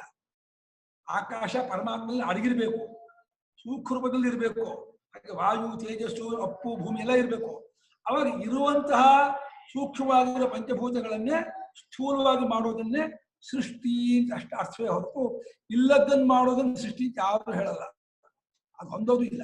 ಇಲ್ಲದನ್ನು ಮಾಡೋದು ಬ್ರಹ್ಮನಿಗೂ ಆಗಲ್ಲ. ಇಲ್ಲದ್ದು ಅಂತ ಆದ್ಮೇಲೆ ಇಲ್ಲದನ್ನು ನೋಡೋಕ್ಕಾಗಲ್ಲ, ತಗೊಳಕ್ಕಾಗಲ್ಲ, ಕೊಡಕ್ಕಾಗಲ್ಲ ಅಂದ್ಮೇಲೆ ಮಾಡೋಕ್ಕೆಂತ ಆಗತ್ತೆ? ಇಲ್ಲದ್ದು ಅನ್ನೋ ಪದಾರ್ಥಕ್ಕೆ ಯಾವ ಕ್ರಿಯಾ ಸಂಬಂಧವೂ ಆಗಲ್ಲ. ಇಲ್ಲದನ್ನು ಮುಟ್ಟಕ್ಕಾಗತ್ತಾ? ಇಲ್ಲದನ್ನು ನೋಡಕ್ಕಾಗತ್ತಾ? ಇಲ್ಲದನ್ನು ಏನೂ ಮಾಡೋಕ್ಕಾಗಲ್ಲ. ಹುಟ್ಸೋಕೆ ಹೆಂಗಾಗತ್ತೆ? ಇಲ್ಲದನ್ನ ಹುಟ್ಸೋದು ಒಂದು ಕ್ರಿಯೆ ತಾನೆ. ಆದ್ರಿಂದ ಎಲ್ಲಾ ಶ್ರುತಿಗಳಲ್ಲೂ ಪರಮಾತ್ಮನನ್ನ ಸಬೀಜನಾಗಿದ್ದಾನೆ, ಪ್ರಪಂಚ ಬೀಜನಾಗಿದ್ದಾನೆ ಅಂತ ಹೇಳಿ ಒಪ್ಪಿಕೊಳ್ಳುವುದರ ಮೂಲಕವಾಗಿ ಸತ್ತಿಗೆ ಪ್ರಾಣಾನುಶಬ್ದವನ್ನು ಮತ್ತೆ ಕಾರಣಾನುಶಬ್ದವನ್ನು ಉಪನಿಷತ್ತುಗಳಲ್ಲಿ ಹೇಳಿದೆ. ಇದಷ್ಟು ಚೆನ್ನಾಗಿ ಪ್ಯಾರ, ಬಹಳ ಮುಖ್ಯವಾದ ಪ್ಯಾರ. ಈ ಸರಿಯಾಗಿ ನೀವು ಅರ್ಥ ಮಾಡ್ಕೊಂಡ್ರೆ ಶಂಕರ ವೇದಾಂತ ಎಲ್ಲೂ ನಿಮ್ಗೆ ಕನ್ಫ್ಯೂಸ್ ಆಗಲ್ಲ. ಕರೆಕ್ಟ್ ಅರ್ಥ ಮಾಡ್ಕೊಂಡು ಇದನ್ನೇ ಗೊಂದಲ ಮಾಡಿಬಿಟ್ರೆ, ಇದಲ್ಲೇ ಕಾಂಟ್ರವರ್ಸಿ ಮಾಡ್ಕೊಂಡ್ಬಿಟ್ರೆ ಎಲ್ಲದೂ ತೊಳಸಂಬಳಸೆ ಕುಡ್ಸ್ಕೊಂಡ್ಬಿಡುತ್ತೆ. ಹಾಗಾಗಿ ಅಧ್ಯಾರೋಪಾಪವಾದ ಪ್ರಕ್ರಿಯೆ ತಂದ್ಕೊಂಡು ಆಕೆ ಕರೆಕ್ಟ್ ಅರ್ಥ ಮಾಡ್ತಾರೆ. ಅತಏವ ಅಕ್ಷರ ಪರತಃ ಪರಃ ಸಬಾಹ್ಯಾಭ್ಯಂತರೋಕ್ಷಜಃ ಯಥೋ ವಾಚೋ ನಿವರ್ತಂತೆ ನೇತಿ ನೇತಿ ಇತ್ಯಾದಿ ಸಬೀಜವತ್ವ ಅಪನಯನೇನ ವ್ಯಪದೇಶಃ. ಅದರಿಂದಲೇ ಇದೇ ಕಾರಣದಿಂದಲೇ ಇನ್ನೊಂದು ಕಡೆಯಲ್ಲಿ ಇನ್ನೊಂದು ತರಹ ಉಪದೇಶ ಮಾಡುವಾಗ ಅಂತ ಅಂದ್ರೆ ಸೃಷ್ಟಿ ಪ್ರಕ್ರಿಯೆಯನ್ನು ಹೇಳುವಾಗ ಸಬೀಜತ್ವವನ್ನು ಇಟ್ಕೊಂಡು ಸೃಷ್ಟಿ ಪ್ರಕ್ರಿಯೆ ಹೇಳುತ್ತೆ. ಇನ್ನು ನೇರಾಗಿ ತತ್ವವನ್ನು ಉಪದೇಶ ಮಾಡು ತಿಳಿಸ್ಕೊಡು ಅಂತ ಶ್ರುತಿಯನ್ನು ಕೇಳಿದ್ರೆ ಆಗ ಶ್ರುತಿ ಹೇಳೋ ಕ್ರಮವೇ ಬೇರೆ. ಅವಾಗ ಏನ್ ಹೇಳುತ್ತೆ? ಪರತಃ ಅಕ್ಷರಾತ್ ಪರಃ. ಪರತಃ ಅಕ್ಷರ ಅಂದ್ರೆ ಹೆಚ್ಚಿನ ಅಕ್ಷರ ಯಾವುದೋ ಅವ್ಯಾಕೃತ. ಓಂಕಾರ ಅಡಿಗೆ ಇದರಲ್ಲಿ ಜ್ಞಾಪಕ. ಪರತಃ ಅಕ್ಷರ ಹೆಚ್ಚಿನದಾದ ಅಕ್ಷರ. ಅಕ್ಷರ ಅಂತ ಹೆಸರು ನಾಶರಹಿತ ಅಂತ. ಅವ್ಯಾಕೃತಕ್ಕೆ ಆತ್ಮಜ್ಞಾನ ಆಗೋವರೆಗೂ ನಾಶ ಇಲ್ಲ. ಆದ್ರಿಂದ ಅವಿದ್ಯೆ ಇರುವವರೆಗೂ ಆತ್ಮಜ್ಞಾನ ಆಗದೇ ಇರೋವರೆಗೂ ಅವ್ಯಾಕೃತ ಇದ್ದೇ ಇರ್ತಲ್ಲ. ಹಲೋ, ಅವ್ಯಾಕೃತ ಆಗುತ್ತಾ? ಗೊತ್ತಿಲ್ವಾ ಏನು ಅವ್ಯಾಕೃತ ಅಂದ್ರೆ? ಜಗತ್ತಿನ ಬೀಜಾವಸ್ಥೆ. ಇಷ್ಟೊತ್ತು ಹೇಳಿದ್ನಲ್ಲ, ಎಲ್ಲಿದ್ದೆ? ಜಗತ್ತಿನ ಬೀಜಾವಸ್ಥೆ, ಸೂಕ್ಷ್ಮಾವಸ್ಥೆ, ಅವ್ಯಾಕೃತ, ಅವ್ಯಕ್ತ. ಜ್ಞಾಪಕ ಇಟ್ಕೊ, ಮರಿಬೇಡ. ಅವ್ಯಾಕೃತ ಅಂದ್ರೆ ಏನು ಹೇಳೋ? ಜಗತ್ತು ನೀನು ಗೊತ್ತಾ? ಏನ್ ಜಗತ್ತು? ಹೋಲ್ ವ್ಯಾಕೃತ ಪ್ರಪಂಚ, ಪಂಚಭೂತಗಳು. ಇದು ಹುಟ್ಟದೇ ಇರುವಾಗ ಒಂದು ಸೂಕ್ಷ್ಮ ಬಂದಿರುತ್ತೆ, ಕಣ್ಣು ಕಾಣಲ್ಲ. ಯಾಕೆ ಹೇಳೋ? ಕಣ್ಣು ಇರಲ್ಲ ಅವಾಗ. ಕಣ್ಣಿದ್ರೆ ಕಣ್ಣು ಕಾಣ್ಬೇಕು, ಕಣ್ಣು ಅಡಗಿರುತ್ತೆ. ಕಟ್ ಮಾಡು, ಕಟ್ ಮಾಡು.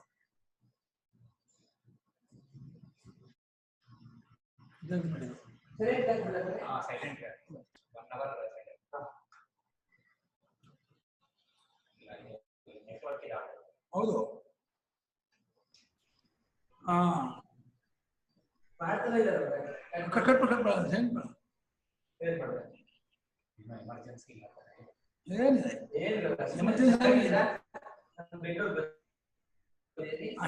ನಾನ್ ಮಾಡಿದ್ದೆ, ಎತ್ತಿಲ್ಲ, ಇವಾಗ ಮಾಡಿದ್ದಾರೆ.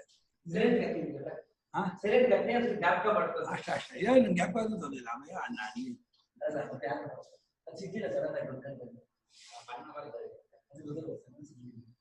ಹಾ, ಪರ ಅಕ್ಷರವನ್ನ, ಅವ್ಯಾಕೃತವನ್ನ, ಅವ್ಯಕ್ತವನ್ನ ವ್ಯಾಕೃತ ಪ್ರಪಂಚಕ್ಕಿಂತ ದೊಡ್ಡದು, ಹೆಚ್ಚಿಂದು, ವ್ಯಾಪಕವು, ಸೂಕ್ಷ್ಮವು ಅಂತ ಯಾಕೆ ಇಷ್ಟನ್ನು ಅಡಗಿಸ್ಕೊಳ್ತಲ್ಲ. ಇಡೀ ವ್ಯಾಕೃತ ಪ್ರಪಂಚವೆಲ್ಲ ಅಡಗಿಸ್ಕೊಳ್ಳೋದ್ರಿಂದ ವ್ಯಾಕೃತ ಪ್ರಪಂಚವೇ ನಮಗೆ ಇಮೇಜ್ ಮಾಡ್ಕೊಳಕ್ಕಾಗಲ್ಲ. ಆಕಾಶವನ್ನೇ ಇಮೇಜ್ ಮಾಡ್ಕೊಳಕ್ಕಾಗಲ್ಲ. ವಾಯು ಇಮ್ಯಾಜಿನ್, ಅದನ್ನೇ ಊಹೆ ಮಾಡ್ಕೊಳಕ್ಕಾಗಲ್ಲ. ಊಹೆ ಮಾಡ್ಕೊಳಕ್ಕಾಗದೇ ಇರೋ ಪಂಚಭೂತವನ್ನು ಅಡಗಿಸಿಕೊಂಡಂತಹ ಒಂದು ಸೂಕ್ಷ್ಮ ರೂಪ ಅದು ಬಹಳ ದೊಡ್ಡದಾಗಿರ್ತಕ್ಕಂಥ ಪರತಃ. ವ್ಯಾಕೃತ ಪ್ರಪಂಚ ದೊಡ್ಡದಾಗಿರ್ತಕ್ಕಂತಹ ವ್ಯಾಕೃತಕ್ಕಿಂತಲೂ ಪರಹ, ಹೆಚ್ಚಿನ ಅಂತ ಆ ರೀತಿ ಉಪದೇಶ ಮಾಡುತ್ತೆ. ಹಾಗೆ ಹೇಳ್ಬೇಕು. ಇನ್ನು ಅದನ್ನ ಆ ಕಡೆ ಹೇಳಕ್ಕಾಗಲ್ಲ. ಇದಕ್ಕಿಂತಲೂ ಹೆಚ್ಚಿನವನು ಅಂತ ಹೇಳ್ಬೇಕು. ಆಮೇಲೆ ಒಳಗೂ ಹೊರಗೂ ಅವನು ಹುಟ್ಟದವನು. ಅಂದ್ರೆ ಆಕಾಶಾದಿ ರೂಪದಿಂದಲೂ ದೇಹೇಂದ್ರಿಯ ಮನೋಬುದ್ಧಿ ರೂಪದಿಂದಲೂ ಹುಟ್ಟದವನು. ತಾನು ಯಾವಾಗಲೂ ಪ್ರಜ್ಞಾನ ಮತ್ತು ಯಾವ ಆತ್ಮದಿಂದ ಮಾತು ಮನಸ್ಸು ರೀಬೌಂಡ್ ವಾಪಸ್ ಬರುತ್ತದೆಯೋ ಹೀಗಲ್ಲ ಹೀಗಲ್ಲ ಅಂತ ಅನಿಸ್ಕೊಂಡವನಾಗಿದ್ದಾನೋ ಅಂತೇಳಿ ಇದೇ ಮೊದಲಾದಂತಹ ಶ್ರುತಿಗಳು ಸಬೀಜವತ್ವ ಅಪನಯನೇನ, ಬೀಜವುಳ್ಳವನಾಗಿದ್ದಾನೆ ಎಂಬುದನ್ನು ಅಲೆಗಳೆಯುವುದರ ಮೂಲಕ, ತೆಗೆದುಹಾಕುವುದರ ಮೂಲಕ ನೇರ ಉಪದೇಶ ಮಾಡುತ್ತೆ. ಅದನ್ನು ಉಪದೇಶ ಪ್ರಕಾರ. ಬೀಜವತ್ವವನ್ನು ಇಟ್ಕೊಂಡು ಉಪದೇಶ ಮಾಡೋ ಪ್ರಕಾರ ಒಂದು, ಬೀಜವತ್ವವನ್ನು ತೆಗೆದುಹಾಕುವುದರ ಮೂಲಕ ಹೇಳೋದು ಇದೊಂದು ಪ್ರಕಾರ. ಇದು ಸಾಕ್ಷಾತ್ ಉಪದೇಶ. ಸಾಕ್ಷಾತ್ ಉಪದೇಶ ಮಾಡುವಾಗ ಹೀಗೆ ಮಾಡುತ್ತೆ. ಆದ್ದರಿಂದ ಈ ಪ್ರಾಣಾನುವಾದ ಸಬೀಜತ್ವವನ್ನು ಇಟ್ಕೊಂಡು ಉಪದೇಶ ಮಾಡಿದೆ ಅಂತ ಅದಕ್ಕೆ ಸಮರ್ಥನೆ ಮಾಡ್ತಾ ಇದ್ದಾರೆ. ಅವ್ಯಾಕೃತವನ್ನು ಪ್ರಾಣಾನುವಾದ ಸಬೀಜತ್ವ ಇಟ್ಕೊಂಡು ಹೇಳ್ತಾ ಇರೋದು. ತಾಂ ಅಬೀಜಾವಸ್ಥಾಂ ತಸ್ಯೈವ ಪ್ರಾಗ್ಶಬ್ದವಾಚ್ಯಸ್ಯ ತುರೀಯತ್ವೇನ ದೇಹಾದಿ ಸಂಬಂಧರಹಿತಾಂ ಪಾರಮಾರ್ಥಿಕೀಂ ಪೃಥಗ್ವಕ್ಷಿತಿ. ಆ ಅಬೀಜಾವಸ್ಥೆಯನ್ನ, ಬೀಜಾವಸ್ಥೆ ಅವ್ಯಾಕೃತ, ಅಬೀಜಾವಸ್ಥೆ ಸನ್ಮಾತ್ರ, ಅದು ಪ್ರಾಣ ಶಬ್ದ ಅದಕ್ಕೇನೆ ಪ್ರಾಣ ಶಬ್ದ ಪ್ರಾಜ್ಞಾನ ಶಬ್ದ ಕರೆಸಿಕೊಂಡಂತಹ ಅದಕ್ಕೇನೆ, ಅದಕ್ಕೆ ಪ್ರಾಜ್ಞಾನ ಶಬ್ದವು ಅದಕ್ಕೆ ಇರೋದು ಮುಖ್ಯಾರ್ಥದಲ್ಲಿ. ಯಾವುದಕ್ಕೆ? ಪರಮಾತ್ಮನಿಗೆ ನಿರ್ವಿಶೇಷ ತತ್ವ. ಹಾ, ಈ ಸ್ವಲ್ಪ ಕ್ರಿಟಿಕಲ್ ಚಾಪ್ಟರ್ ಕ್ವಶನ್ಸ್ ಇದೆ, ಇವಳು ವಸುಲಕ್ಷ್ಮಿ ಕೇಳ. ಹೌದಾ, ಆಯ್ತು, ನಿಲ್ಲಿಸ್ಬಿಡ್ತೀನಿ ಇಲ್ಲಿಗೆ. ವಸುಲಕ್ಷ್ಮಿ ಅಷ್ಟೊಂದೆಲ್ಲ ಏನಿಲ್ಲ, ಒಂದ್ ಸಣ್ಣ ಪ್ರಶ್ನೆ ಅಷ್ಟೇ. ಅದ ಅವರು 10 ನಿಮಿಷ ಇಟ್ಬಿಟ್ಟಿದ್ದಾರೆ ಪ್ರಶ್ನೆಗೋಸ್ಕರವಾಗಿ. ಇನ್ನು 5 ನಿಮಿಷ ಇದು ಈ ಪ್ಯಾರಾ ಮುಗಿದ್ಮೇಲೆ ನಾನು ನಿಲ್ಲಿಸ್ತೀನಿ. ಪ್ರಶ್ನೆ ಕೇಳಿ. ತಾಮ್ ಅಬೀಜಾವಸ್ಥಾ, ನಿರ್ಬೀಜಾವಸ್ಥೆ, ಬೀಜವೇ ಇಲ್ಲದೆ ಇರತಕ್ಕದ್ದಾದ ಶುದ್ಧ ಸ್ವರೂಪ, ನಿರ್ವಿಶೇಷ ಸ್ವರೂಪ, ಅದನ್ನ ಪ್ರಾಜ್ಞಾನ ಶಬ್ದದಿಂದ ವಾಚ್ಯವಾಗೋದು ಅದೇ. ಅದನ್ನ ತುರಿಯತ್ವೇನ, ಅದು ಈ ಕಲ್ಪಿತವಾದ 3ಕ್ಕೆ 4ನೇದಾಗಿದೆ ಎಂಬುದಾಗಿ, ತುರಿಯವಾಗಿದೆ ಎಂಬುದಾಗಿ, ಅದು ದೇಹಾದಿ ಸಂಬಂಧವಿಲ್ಲದೆ ಇರತಕ್ಕದ್ದಾಗಿರುವ ಪಾರಮಾರ್ಥಿಕವಾದಂತಹ ಸ್ವರೂಪವನ್ನ ಮುಂದೆ ನಾನು ಶ್ರುತಿ ಹೇಳುತ್ತೆ.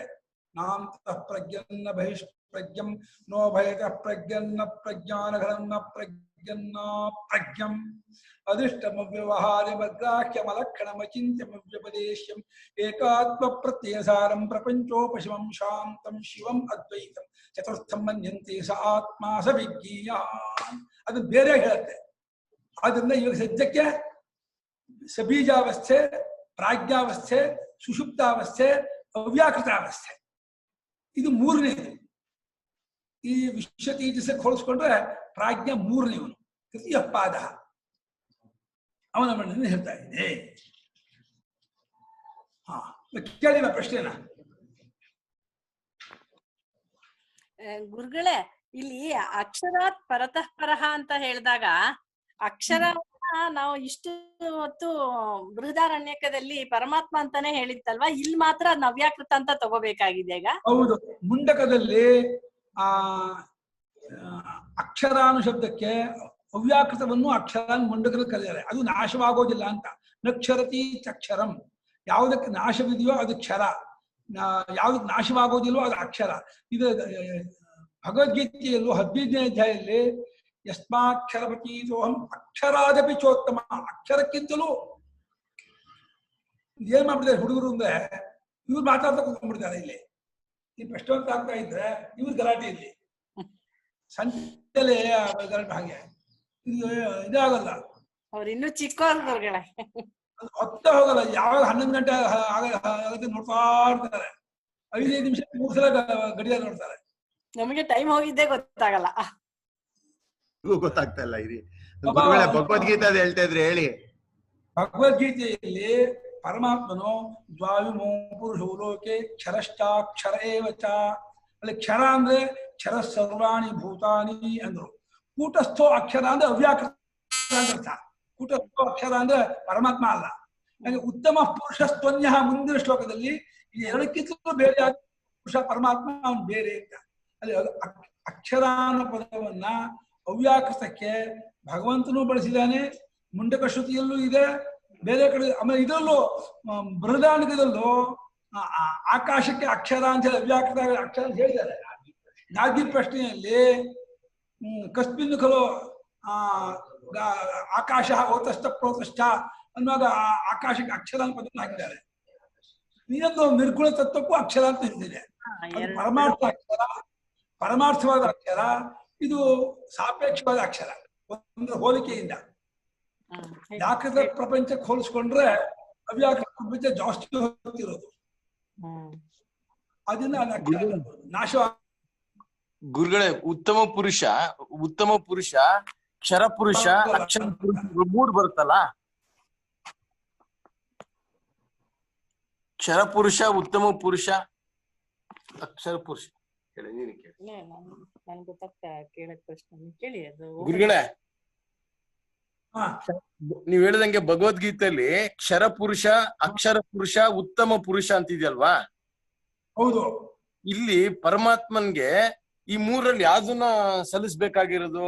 ನಾವು ಕ್ಷರ ಅಕ್ಷರ ಅಂತ ನೀವು ಹೇಳಿದಾಗ ಉತ್ತಮ ಪುರುಷ ಅಂದ್ರೆ ಪರಮಾತ್ಮ. ಕ್ಷರ ಅಂದ್ರೆ ವ್ಯಾಕೃತ ಪ್ರಪಂಚ, ಅಕ್ಷರ ಅಂದ್ರೆ ಅವ್ಯಾಕೃತ. ಅದು ಉತ್ತರ ಉತ್ತಮ. ಆಮೇಲೆ ಗುರುಗಳೇ, ಇದು ಈ ವ್ಯಾಕೃತ ಪ್ರಪಂಚ ಹ ಉತ್ತು, ಅವ್ಯಾಕೃತ ಪ್ರಪಂಚ ಉತ್ತು. ಹೌದು, ಆಕಾಶದ ಪ್ರತಿಭಟಗಳು ಅದೇ ಉತ್ತು, ಶ್ರೇಷ್ಠವಾದದ್ದು. ಇದಕ್ಕಿಂತ ಶ್ರೇಷ್ಠ ಉತ್ತರ ಯಾವುದೋ ಅವ್ಯಾಕೃತ. ಪರಮಾತ್ಮ ಉತ್ತಮ. ಉತ್ತರ ಉತ್ತಮ. ಗುರುಗಳೇ, ಆಮೇಲೆ ಸಭಾಹ್ಯಾಭ್ಯಂತರೋ ಯಜಃ ಅನ್ನೋದ್ರಲ್ಲಿ ಅವನ್ ಏನೋ ಡಿಸ್ಟರ್ಬ್ ಆಗೋಯ್ತು ನೀವ್ ಹೇಳುವಾಗ, ನಂಗೆ ಅದೊಂಚೂರು ಕೇಳಿಸ್ಲಿಲ್ಲ. ಅದೇ ಬಾಹ್ಯ ಅಭ್ಯಂತರೇಣ ಸಹ, ಬಾಹ್ಯ ಅಂದ್ರೆ ಹೊರಡದಾಗಿರುವ ಆಕಾಶಾದಿ ರೂಪದಿಂದಲೂ ಅವನ ಅಜನು, ಅಂತರ ಅಂದ್ರೆ ದೇಹೇಂದ್ರಿಯ ಮನೋಬುದ್ಧಿ ರೂಪದಿಂದಲೂ ಅವನ ಅಜನು. ದೇಹೇಂದ್ರಿಯ ಮನೋಬುದ್ಧಿಯಿಂದಲೂ ಹುಟ್ಟಿಲ್ಲ, ಆಕಾಶಾದಿ ರೂಪದಿಂದಲೂ ಹುಟ್ಟಿಲ್ಲ. ಒಳಗೂ ಹೊರಗೂ ಹುಟ್ಟದವನು, ಒಳಗೂ ಹುಟ್ಟದವನು, ಹೊರಗೂ ಹುಟ್ಟದವನು. ಒಳಗೆ ಅಂದ್ರೆ ಎಲ್ಲಿನ ದೇಹೇಂದ್ರಿಯ ಮನೋಬುದ್ಧಿಯಲ್ಲಿ ಹುಟ್ಟಲ್ಲ, ಹೊರಗೆ ಹುಟ್ಟಲ್ಲ ಅಂದ್ರೆ ಆಕಾಶಾದಿ ರೂಪದಿಂದಲೂ ಹುಟ್ಟಲ್ಲ. ದೇಹೇಂದ್ರ ಮನೋಬುದ್ಧಿಯಿಂದ ಹೊರಗೆ. ದೇಹೇಂದ್ರಿಯ ಮನೋಬುದ್ಧಿಯಲ್ಲಿ ಬಾಹ್ಯ, ದೇಹೇಂದ್ರಿಯ ಮನೋಬುದ್ಧಿಯಲ್ಲಿ ಅಂತರ. ಇಲ್ಲೂ ದೇಹೇಂದ್ರಿಯ ಮನೋಬುದ್ಧಿಯಿಂದ ಹೊರಕ್ಕೆ ಬಾಹ್ಯ, ದೇಹೇಂದ್ರಿಯ ಮನೋಬುದ್ಧಿಯಲ್ಲಿ ಅಂತರ. ಈ ಅಂತರೂಪದಿಂದಲೂ ಪರಮಾತ್ಮ ಹುಟ್ಟಾ ಇಲ್ಲ. ಎರಡು ಕಲ್ಪಿತ ಇದ್ದಾನೆ. ಕಲ್ಪಿತ ರೂಪದಿಂದ ಹುಟ್ಟಾ ಇಲ್ಲ. ಹಾವಿನ ರೂಪದಿಂದ ಹಗ್ಗ ಹುಟ್ಟಲ್ಲಪ್ಪ, ತೋರಿಕೆ ಇರ್ಬೋದು. ನಾಗರಾಜ್ ಗುರುಗಳೇ, ಈ ಸುಷುಪ್ತಿಯಲ್ಲಿ ಅಜ್ಞಾನ ಇದ್ದೇ ಇರುತ್ತೆ, ಅವ್ಯಕ್ತ ರೂಪದಲ್ಲಿ ಇರುತ್ತೆ ಅಂತ ಹೇಳುವಾಗ, ಆ ಅವ್ಯಕ್ತ ರೂಪದಲ್ಲಿ ಇರ್ತಕ್ಕಂಥ ಒಬ್ಬ ಸುಷುಪ್ತ ಅಲ್ಲ ಮಲ್ಕೊಂಡಿರೋನು, ಅವನು ಅಲ್ಲೇ ಹೋಗ್ಬಿಟ್ರೆ ಅವನು ಯಾವ ತರದಲ್ಲಿ ಎಲ್ಲಿಗೆ ಹೋಗ್ತಾನೆ? ನಿದ್ದೆನಲ್ಲೇ ಹೋಗ್ಬಿಟ್ಟ. ಹೋಗೋ ನಿದ್ದೆಲ್ಲ ಹೋಗಲಿ, ಎಚ್ಚರದಲ್ಲ ಹೋಗಲಿ, ಹೋಗೋದಕ್ಕೂ ಅದಕ್ಕೂ ಸಂಬಂಧ ಇಲ್ಲ. ಅಜ್ಞಾನ ಹೇಳಲೇ ಇಲ್ಲ ಅಂತ ಇಟ್ಕೊಳ್ಳಿ ಗುರುಗಳೇ. ಅಷ್ಟೇ, ಜನ್ಮಾಂತರಕ್ಕೆ ಹೋಗ್ತಾನೆ. ಅಲ್ಲ, ಆ ಅಜ್ಞಾನದ ಒಂದು ಕರ್ಮ ವಿಶೇಷದಿಂದ ಅವನು ಜನ್ಮ ತಾಳ್ಕೊಂಡು ಅಲ್ಲಿಂದಲೇ ಹೋಗ್ತಾನೆ. ಅಂದ್ರೆ ಅಲ್ಲಿ ಜ್ಞಾನ ಆಗೋದೇ ಇಲ್ಲ ಅನ್ನೋ ಅರ್ಥವೇ. ಹೌದು, ಅಜ್ಞಾನ ಜೊತೆಲಿ ಕಾಮಕರ್ಮವೂ ಬೀಜವಾಗಿ ಇದ್ದಾಗಿರುತ್ತೆ. ಇನ್ನೂ ಒಂದು ಹೇಳೋದಾದ್ರೆ ಬಹಳ ಸೂಕ್ಷ್ಮವಾದ ವಿಷಯ ಗಮನಿಸಿ. ಸುಷುಪ್ತಿಯಲ್ಲಿ ಅಜ್ಞಾನ ಇದೆ ಅನ್ನೋದು ಹೊಂದಲ್ಲ, ಕರೆಕ್ಟಾಗಿ ಹೊಂದಲ್ಲ, ತಪ್ಪದು. ಅಜ್ಞಾನ ಇರೋದು ಬುದ್ಧಿಯಲ್ಲಿ, ಅಂತಃಕರಣದಲ್ಲಿ ಅಂತ. ಆದ್ದರಿಂದ ಅಂತಃಕರಣ ನಿರ್ವ್ಯಾಪಾರವಾಗಿರುತ್ತೆ, ಅಡಗಿರುತ್ತೆ. ಅಂತಃಕರಣದಲ್ಲಿ ಅಡಗಿದ್ದಾಗಿರುವ ಅವಿದ್ಯೆ ಅಂತಃಕರಣ ಅಡಗಿದ್ದಾದಾಗ ತೋರ್ಕೊಳ್ಳಲ್ಲ. ಹಾಗಾಗಿ ಅಂತಃಕರಣ ಆಕ್ಟಿವೇಟ್ ಆದ ಕೂಡ ಅಜ್ಞಾನ ತೋರ್ಕೊಳ್ಳುತ್ತೆ. ಅಂತಃಕರಣ ಮತ್ತು ಅವಿದ್ಯೆ ಮತ್ತು ಅಂತ ಪೌರಾಪುರೇ ಕೇಳಬೇಡಿ, ಅಂತಃಕರಣವೂ ಅವಿದ್ಯಾ ಕಲ್ಪಿತವೇ. ಆದರೂ ಕೂಡ ಸೂತ್ರ ಭಾಷೆಯಲ್ಲಿ ಇಹತು ವಿದ್ಯತೆ ಕರ್ಮ ಅವಿದ್ಯಾ ಅಂತ ಹೇಳಿದ್ದಾರೆ. ಅಂದ್ರೆ ಅವ್ಯಕ್ತ ರೂಪದಲ್ಲಿ ಇರುತ್ತೆ ಅಂತ ಹೇಳಿದ್ರೆ ಅದು ಬೀಜ ರೂಪದಲ್ಲಿ ಇದ್ದೇ ಇರುತ್ತೆ, ಅದು ಅಂತಃಕರಣದಲ್ಲಿ ಹುದುಕೊಂಡಿರುತ್ತೆ ಅಂತ. ಅಂತಃಕರಣ ಅಥವಾ ಜೀವನಲ್ಲಿ ಹುದುಕೊಂಡಿರುತ್ತೆ, ಜೀವ ರೂಪದಲ್ಲಿ ಹುದುಕೊಂಡಿರುತ್ತೆ. ಜೀವತ್ತ ತೋರ್ಕೊಳ್ಳದೆ ಇದ್ದಾಗ ತೋರ್ಕೊಳ್ಳಲ್ಲ, ಜೀವತ್ತ ಎಚ್ಚೆತ್ತ ಕೂಡಲೇ ಅವಿದ್ಯೆ ತೋರ್ಕೊಳ್ಳುತ್ತೆ. ಜೀವನಲ್ಲಿ ಅಕಸ್ಮಾತ್ ಎಚ್ಚೆತ್ತುಕೊಳ್ಳದೆ ಇದ್ರೆ ಅಲ್ಲೇ ಪ್ರಾಣನೂ ಹೋಗ್ಬಿಟ್ರೆ ಅದಕ್ಕೆ ತಕ್ಕಂತ ಜೀವನ ಮತ್ತೆ ಪಡ್ಕೋತೆ ಅಷ್ಟೇ. ಜೀವನದಲ್ಲಿ ವಿದ್ಯೆ ಇಲ್ಲ, ಸುಷುಪ್ತಿಯಲ್ಲಿ ವಿದ್ಯೆ ಇಲ್ಲ ಅನ್ನೋದು ಹೊಂದತ್ತೆ. ಸುಷುಪ್ತಿಯಿಂದ ಬ್ರಹ್ಮೈವಹಿ ಸುಷುಪ್ತಿ ಅವಸ್ಥಾ ಅಂತ ಭಾಷಿಕ ಬರೀತಾರಲ್ಲ, ಆ ಪಕ್ಷದಲ್ಲಿ ಜೀವನದಲ್ಲಿ ವಿದ್ಯೆ ಅಂತ ಒಪ್ಕೊಂಡ್ಬಿಟ್ಟು ಜೀವ ಅಡಗಿರ್ತಾನೆ, ಅವಿದ್ಯೆ ಅಡಗಿರುತ್ತೆ ಅಷ್ಟೇ. ಅಂದ್ರೆ ಮತ್ತೆ ಜೀವನಾಗಿ ಬರೋದಕ್ಕೆ ತುಂಬಾನೇ ಚಾನ್ಸ್ ಇದೆ. ಹೇಗೆ ಉಪದೇಶ ಕಷ್ಟಕ್ಕೆ ಹೊರತು ಸುಷುಪ್ತಿಯಲ್ಲಿ ವಿದ್ಯೆ ಇದೆ ತಪ್ಪು ಅಲ್ಲ ಗುರುಗಳೇ. ಅವರು ಬ್ರಹ್ಮಲೋಕ ತರ ಶಾರ್ಟ್ ಕಟ್ ಸಿಕ್ಕತ್ತಾ ಅಂತ ನೋಡ್ತಾ ಇದಾರೆ. ಇನ್ನೊಂದು ಕ್ವಶನ್ ಗುರುಗಳೇ, ಓಮಿತ್ಯೇಕಾಕ್ಷರಂ ಬ್ರಹ್ಮ ಅನ್ಬೇಕಾದ್ರೆ ಆ ಅಕ್ಷರಕ್ಕೆ ಓಂಕಾರದಲ್ಲಿ ಆ ಅಕ್ಷರ ಅನ್ನೋ ಪದಕ್ಕೆ ಅವ್ಯಕ್ತ ಅನ್ನೋ ತರನೇ ತಗೋಬೇಕಾ? ಇಲ್ಲ, ಅಲ್ಲಿ ಓಂಕಾರ ಅಂದ್ರೆ ಪರಮಾತ್ಮ ಭಾಷಿಕವಾದ ಓಂ ಶಬ್ದವನ್ನೇ ತಗೋಬೇಕು.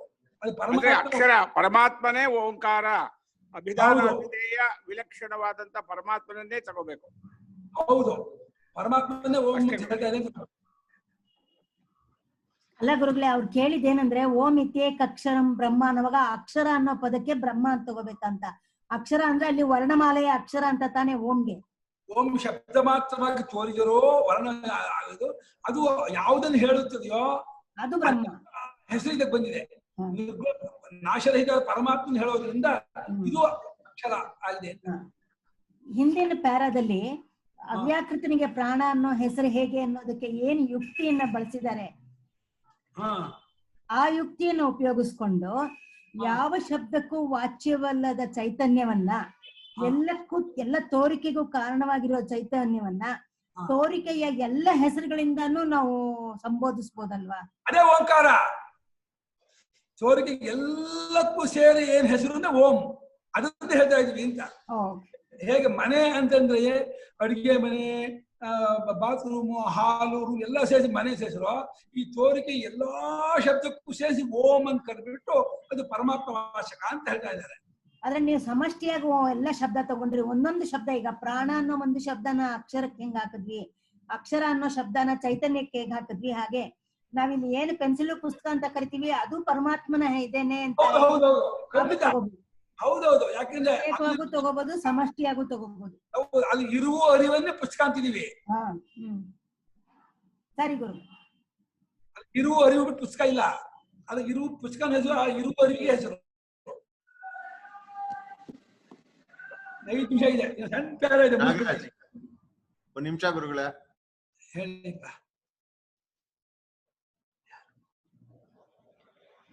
ಹೇಳಿ ಯಾರು?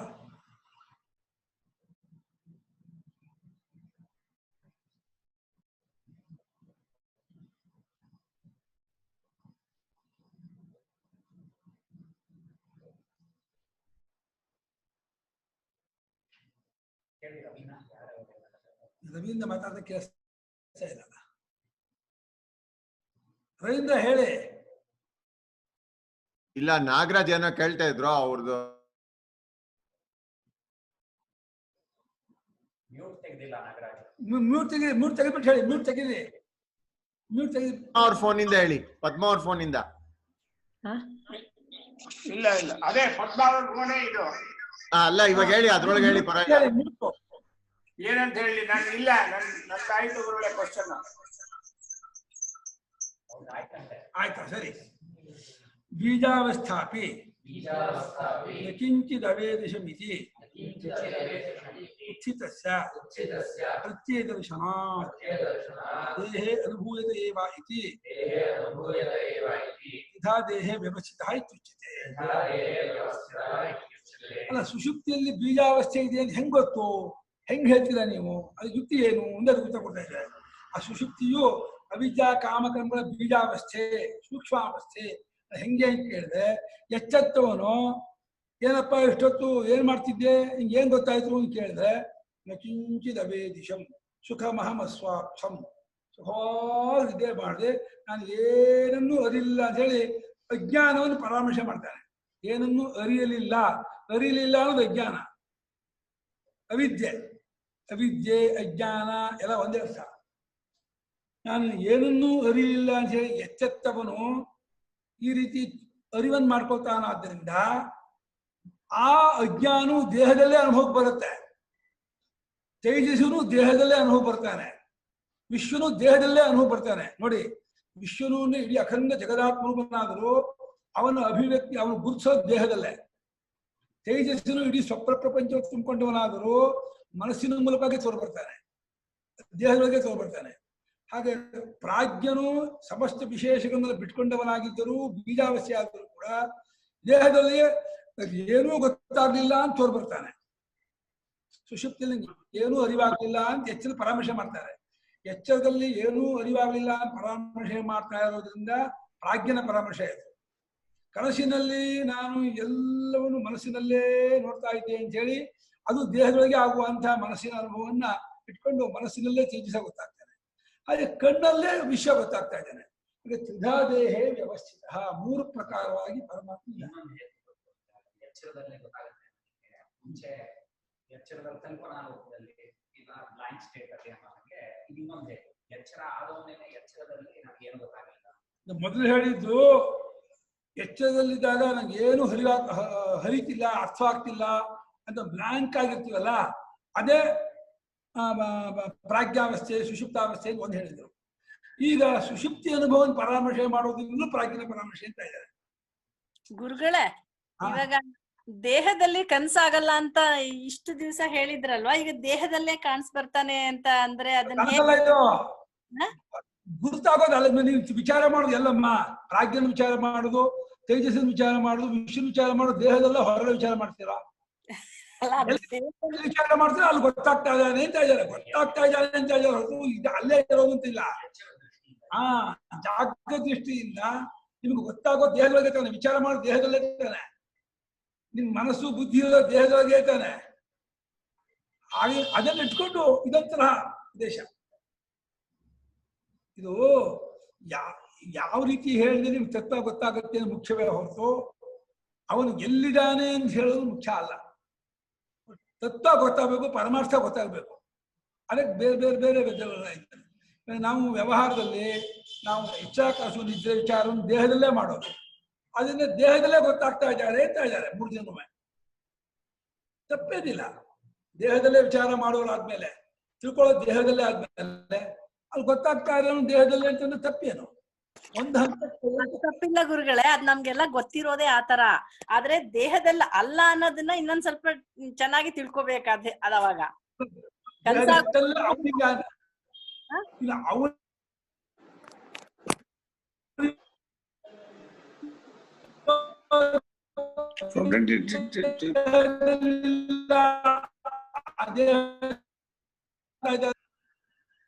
ವಿಶ್ವಾತ್ಮನ ಸ್ವರೂಪ ವ್ಯಾಪಕ, ಆದ್ರೆ ದೇಹದ ಮೂಲಕವೇ ಗೊತ್ತಾಗೋದು. ತೇಜಸ್ಸಿನ ಸ್ವರೂಪ ವ್ಯಾಪಕ, ಅದು ದೇಹದ ಮೂಲಕವೇ ಗೊತ್ತಾಗೋದು. ದೇಹೇಂದ್ರಿಯ ಮನೋಬುದ್ಧಿ ಬಿಟ್ಟು ನಮಗೆ ಬೇರೆ ಇನ್ಸ್ಟ್ರೂಮೆಂಟೇ ಇಲ್ಲ, ತಿಳ್ಕೊಳ್ಳೋಕೆ ಉಪಾಯವೇ ಇಲ್ಲ. ಅದನ್ನ ತ್ರಿಧಾ ದೇಹೇ ವ್ಯವಸ್ಥಿತ ಅಂತ ಈ ರೀತಿ ಕನ್ಕ್ಲೂಷನ್ ಮಾಡಿದ್ದಾರೆ. 3 ಪ್ರಕಾರ ಈ ದೇಹದಲ್ಲಿ ಇದ್ದಾನೆ ಅಂತ. ಹಿಂದೆ ಹೇಳಿದಾಗ ಕಿರಣ ಹೇಳಿದ ಹಾಗೇನೆ ನಮಗೆ ಪ್ರಾಜ್ಞಾ ಗೊತ್ತಾಗೋದು ನಮಗೆ ಎಚ್ಚರದಲ್ಲಿದ್ದಾಗ ಏನು ಹರಿತಿಲ್ಲ, ಗೊತ್ತಾಗ್ತಿಲ್ಲ, ಬ್ಲ್ಯಾಂಕ್ ಆಗಿದೆ ಅಂತ ಆದಾಗ ಅದು ನಾವು ಪ್ರಾಜ್ಞಾತ್ಮದಲ್ಲಿ ಇದ್ದೀವಿ ಅಂತ ಅರ್ಥ. ಬರೀ ಕಲ್ಪನಾ ರಾಜ್ಯದಲ್ಲಿ ಮನೋಲೋಕದಲ್ಲಿ ಇದ್ದಾಗ ನಾವು ತೇಜಸ್ಸಲ್ಲಿ ಇದ್ದೀವಿ ಅಂತ ಅರ್ಥ. ಇಂದಿನ ನಾವು ಬಿಟ್ಕೊಂಡು ಪ್ರಪಂಚದ ಕಡೆ ಸ್ಥೂಲ ನೋಡ್ತಿರ್ಬೇಕಾದ್ರೆ ನಾವು ವಿಶ್ವಾತ್ಮರಾಗಿದ್ದೀವಿ ಅಂತ ಅರ್ಥ. ನಮಗೆ 3 ಹೆಸರು ಅಂತ ಹೇಳಿದಾಗೆ ಇವಾಗ ಇನ್ನೊಂದು ರೀತಿ ಹೇಳ್ತಾ ಇದ್ದಾರೆ ಅಷ್ಟೇ. ಗುರುಗಳೇ, ಗುರುಜಿ ಇವಾಗ ಸುಷುಪ್ತಿ ಕಾರಣದ ಸ್ಥಿತಿ ಅಂತ ತಾನೇ ಒಂದು ಇಂಡಿಕೇಶನ್ ಕೊಡ್ತಾ ಇರೋದು. ಕರೆಕ್ಟ್ ಅಲ್ವಾ? ಸೊ ಇವಾಗ ಸುಷುಪ್ತಿ ಕಾರಣದ ಸ್ಥಿತಿ ಅಂತಂದ್ರೆ ಅಲ್ಲಿಂದ ಈ ಜಾಗ್ರತ್ತು ಅಥವಾ ಸ್ವಪ್ನ ಲೋಕನ ಅಲ್ಲಿಂದ ಅವ್ಯಾಕೃತದಿಂದ ಆಚೆ ಬರುತ್ತಲ್ವಾ? ಆಯ್ತಾ? ಅದು ಯಾರ ಇಚ್ಛೆ ಅಂತ ಒಂದ್ ಪ್ರಶ್ನೆ ಬಂದಾಗ ಹೆಂಗ್ ಅದನ್ನ ಹೊಂದಿಸ್ಕೊಳ್ಬೇಕು? ಯಾಕಂದ್ರೆ ಅದು ಇಚ್ಛೆ ಇಲ್ದೆ ಬಟ್ ಅದು ಆಚೆ ಬರ್ಬೇಕಾಗಿದ್ದು ನೆಸಿಟಿ ಇರ್ಲಿಲ್ಲಲ್ಲ ಪ್ರತಿ ಜೀವನಲ್ಲಿ. ಅಲ್ಲ, ಹುಟ್ಟೋದಕ್ಕೆ ಹೇಗೆ ಇಚ್ಛೆ ಇಲ್ವೋ, ಸಾಯೋದಕ್ಕೆ ಹೇಗೆ ಇಚ್ಛೆ ಇಲ್ವೋ, ಕನಸು ಬರೋದಕ್ಕೂ ಇಚ್ಛೆ ಇಲ್ಲ, ಎಚ್ಚರಾಗೋದಕ್ಕೂ ಇಚ್ಛೆ ಇಲ್ಲ. ಇಚ್ಛೆಯ ಒಂದು ಇದ್ರ ಮೇಲೆ ಅವಸ್ಥೆಗಳು ಆಗೋದೇ ಇಲ್ಲ. ಅವಾಗ ಜಾಗ್ರತ ಸ್ಥಿತಿಲೂನು ಒಂದು 1000 ಘಟನೆ ನಡೀತಾ ಇದೆ ಅಂತ ಇಟ್ಕೊಳ್ಳಿ. ಫ್ರೀ ವಿಲ್ ಅಂತ ಒಂದು ಪದ ಇದೆಯಲ್ಲ, ನಮ್ದು ಚಾಯ್ಸ್ ಇದೆ ಅಂತ ಅನ್ಬಿಟ್ಟು. ಸೊ ಅವಾಗ ಘಟನೆಗಳು ಎರ್ಸ್ತಾ ಇರೋದಕ್ಕೆ ನಾನ್ ಹೆಂಗ್ ಸಂಬಂಧ ಪಟ್ಕೊಳ್ತೀನಿ ಅನ್ನೋ ಚಾಯ್ಸ್ ಮಾತ್ರ ಇದೆ ಹೊರತು ಘಟನೆ ನಾನು ಇನ್ಫ್ಲೂಯೆನ್ಸೇ ಮಾಡಕ್ಕಾಗಲ್ಲ ಅಂತ ಆಗೋಗತ್ತಲ್ವಾ? ಘಟನೆ ನಡ್ಸೋಕ್ಕಾಗಲ್ಲ, ಕರೋನಾ ಬರ್ಸೋಕ್ಕಾಗಲ್ಲ ಪ್ರಪಂಚಕ್ಕೆ ನಮಗೆ. ಯಾಕಂದ್ರೆ ಕರೋನಾ ಬರ್ದೇ ನಾವು ಲಾಕ್ಡೌನ್ ಮಾಡ್ಕೊಂಡು ಬರ್ದೇ ನೋಡ್ಕೋಬಹುದು.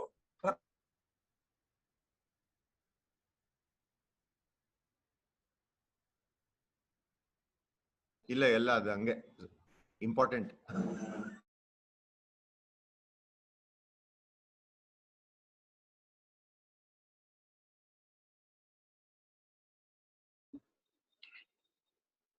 Please tell. ಆಮೇಲೆ ನಿಂಗಲ್ಲ ಆಗಿರೋ ಇದೇ ಇರುತ್ತೆ.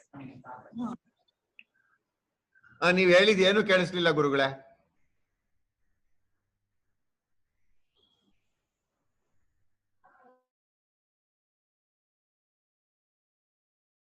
ಬಂದು ತಳ್ಳಿ ಹಾಕಕ್ಕಾಗಲ್ಲ, ಅದು ಎಷ್ಟು ದಿವಸ ಇದೆ ಅನುಭವಿಸ್ಲೇಬೇಕು.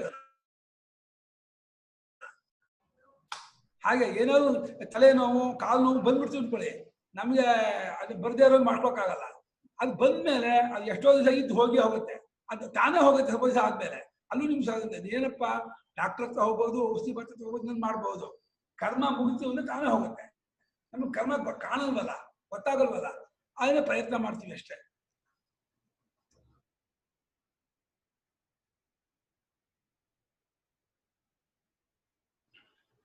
ಅವಸ್ಥೆ ಕಂಟ್ರೋಲೇ ಇಲ್ಲ ಇಲ್ಲಿ. ಗುರುಗಳೇ, ನಾವು ಕೂಡ ಎಚ್ಚರಕ್ಕೆ ತುಂಬಾನೇ ಪ್ರಾಮಿನೆನ್ಸ್ ಕೊಟ್ಟಾಗ ಆಯ್ತಲ್ವಾ, ಶಾಸ್ತ್ರವು ಕೂಡ ಅದಕ್ಕೆ ಒತ್ತು ಕೊಡ್ತಾ ಇದೆ ಅಂತ ಅನ್ಸುತ್ತಲ್ವಾ ಇದರಲ್ಲಿ? ನಮ್ ದೃಷ್ಟಿನ ಕೂಡ ಶಾಸ್ತ್ರ ಹೇಳ್ತಾ ಇರೋದು.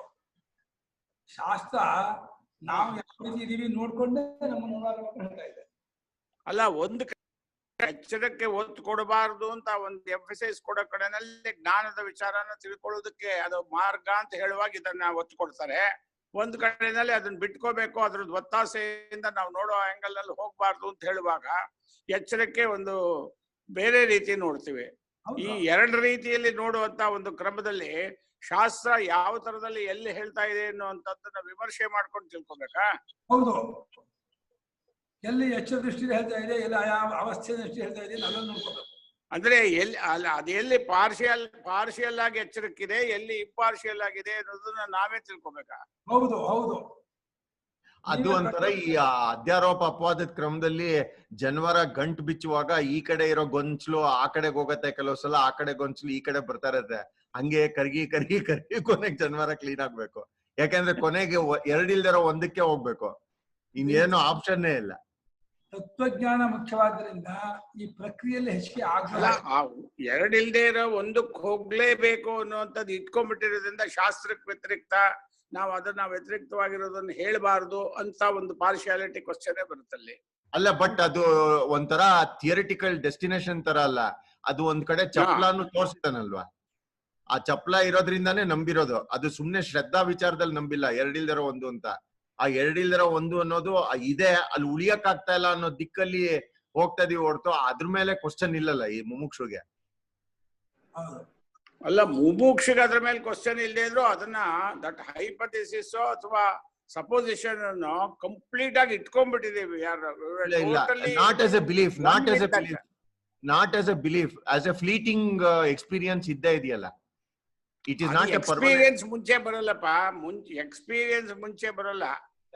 ಅನುಭವ ಅನ್ನೋದು ಯಾವ್ದಾದ್ರು ಒಂದು ಶಾಸ್ತ್ರಗಮ್ಯವಾದ ಕಾರಣ ಶಾಸ್ತ್ರದಲ್ಲಿ ಹೇಳ್ಕೊಂಡು ಹೋಗುವಾಗ ಅನುಭವ ರೂಢಿ ಆಗುತ್ತೆ ಹೊರತು ಫಸ್ಟ್ ಕರೆಕ್ಟ್. ಮಾಂಡುಕ್ಯದಲ್ಲಿ ಫಸ್ಟ್ 6 ಮಂತ್ರಗಳನ್ನು ನಮ್ಗೆ ಏನಾಗ್ಲೇ ಅನುಭವ ಆಗೋಗಿದೆ ಅಂತ ತೋರಿಸ್ತಾ ಇದೆ ಹೊರತು ಹೊಸ್ದಾಗೇನು ಹೇಳ್ತಾ ಇಲ್ಲ.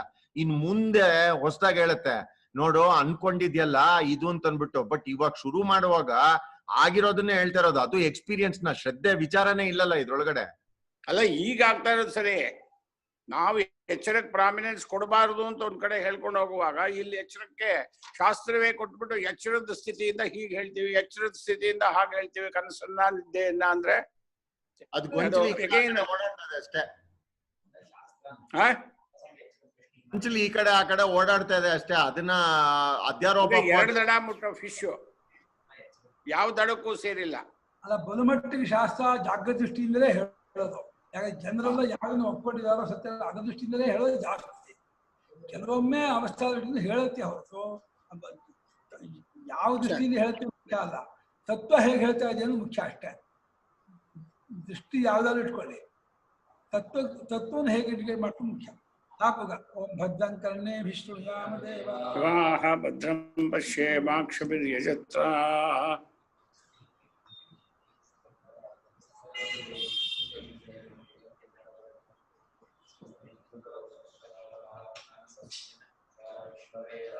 ಸ್ವಸ್ತಿ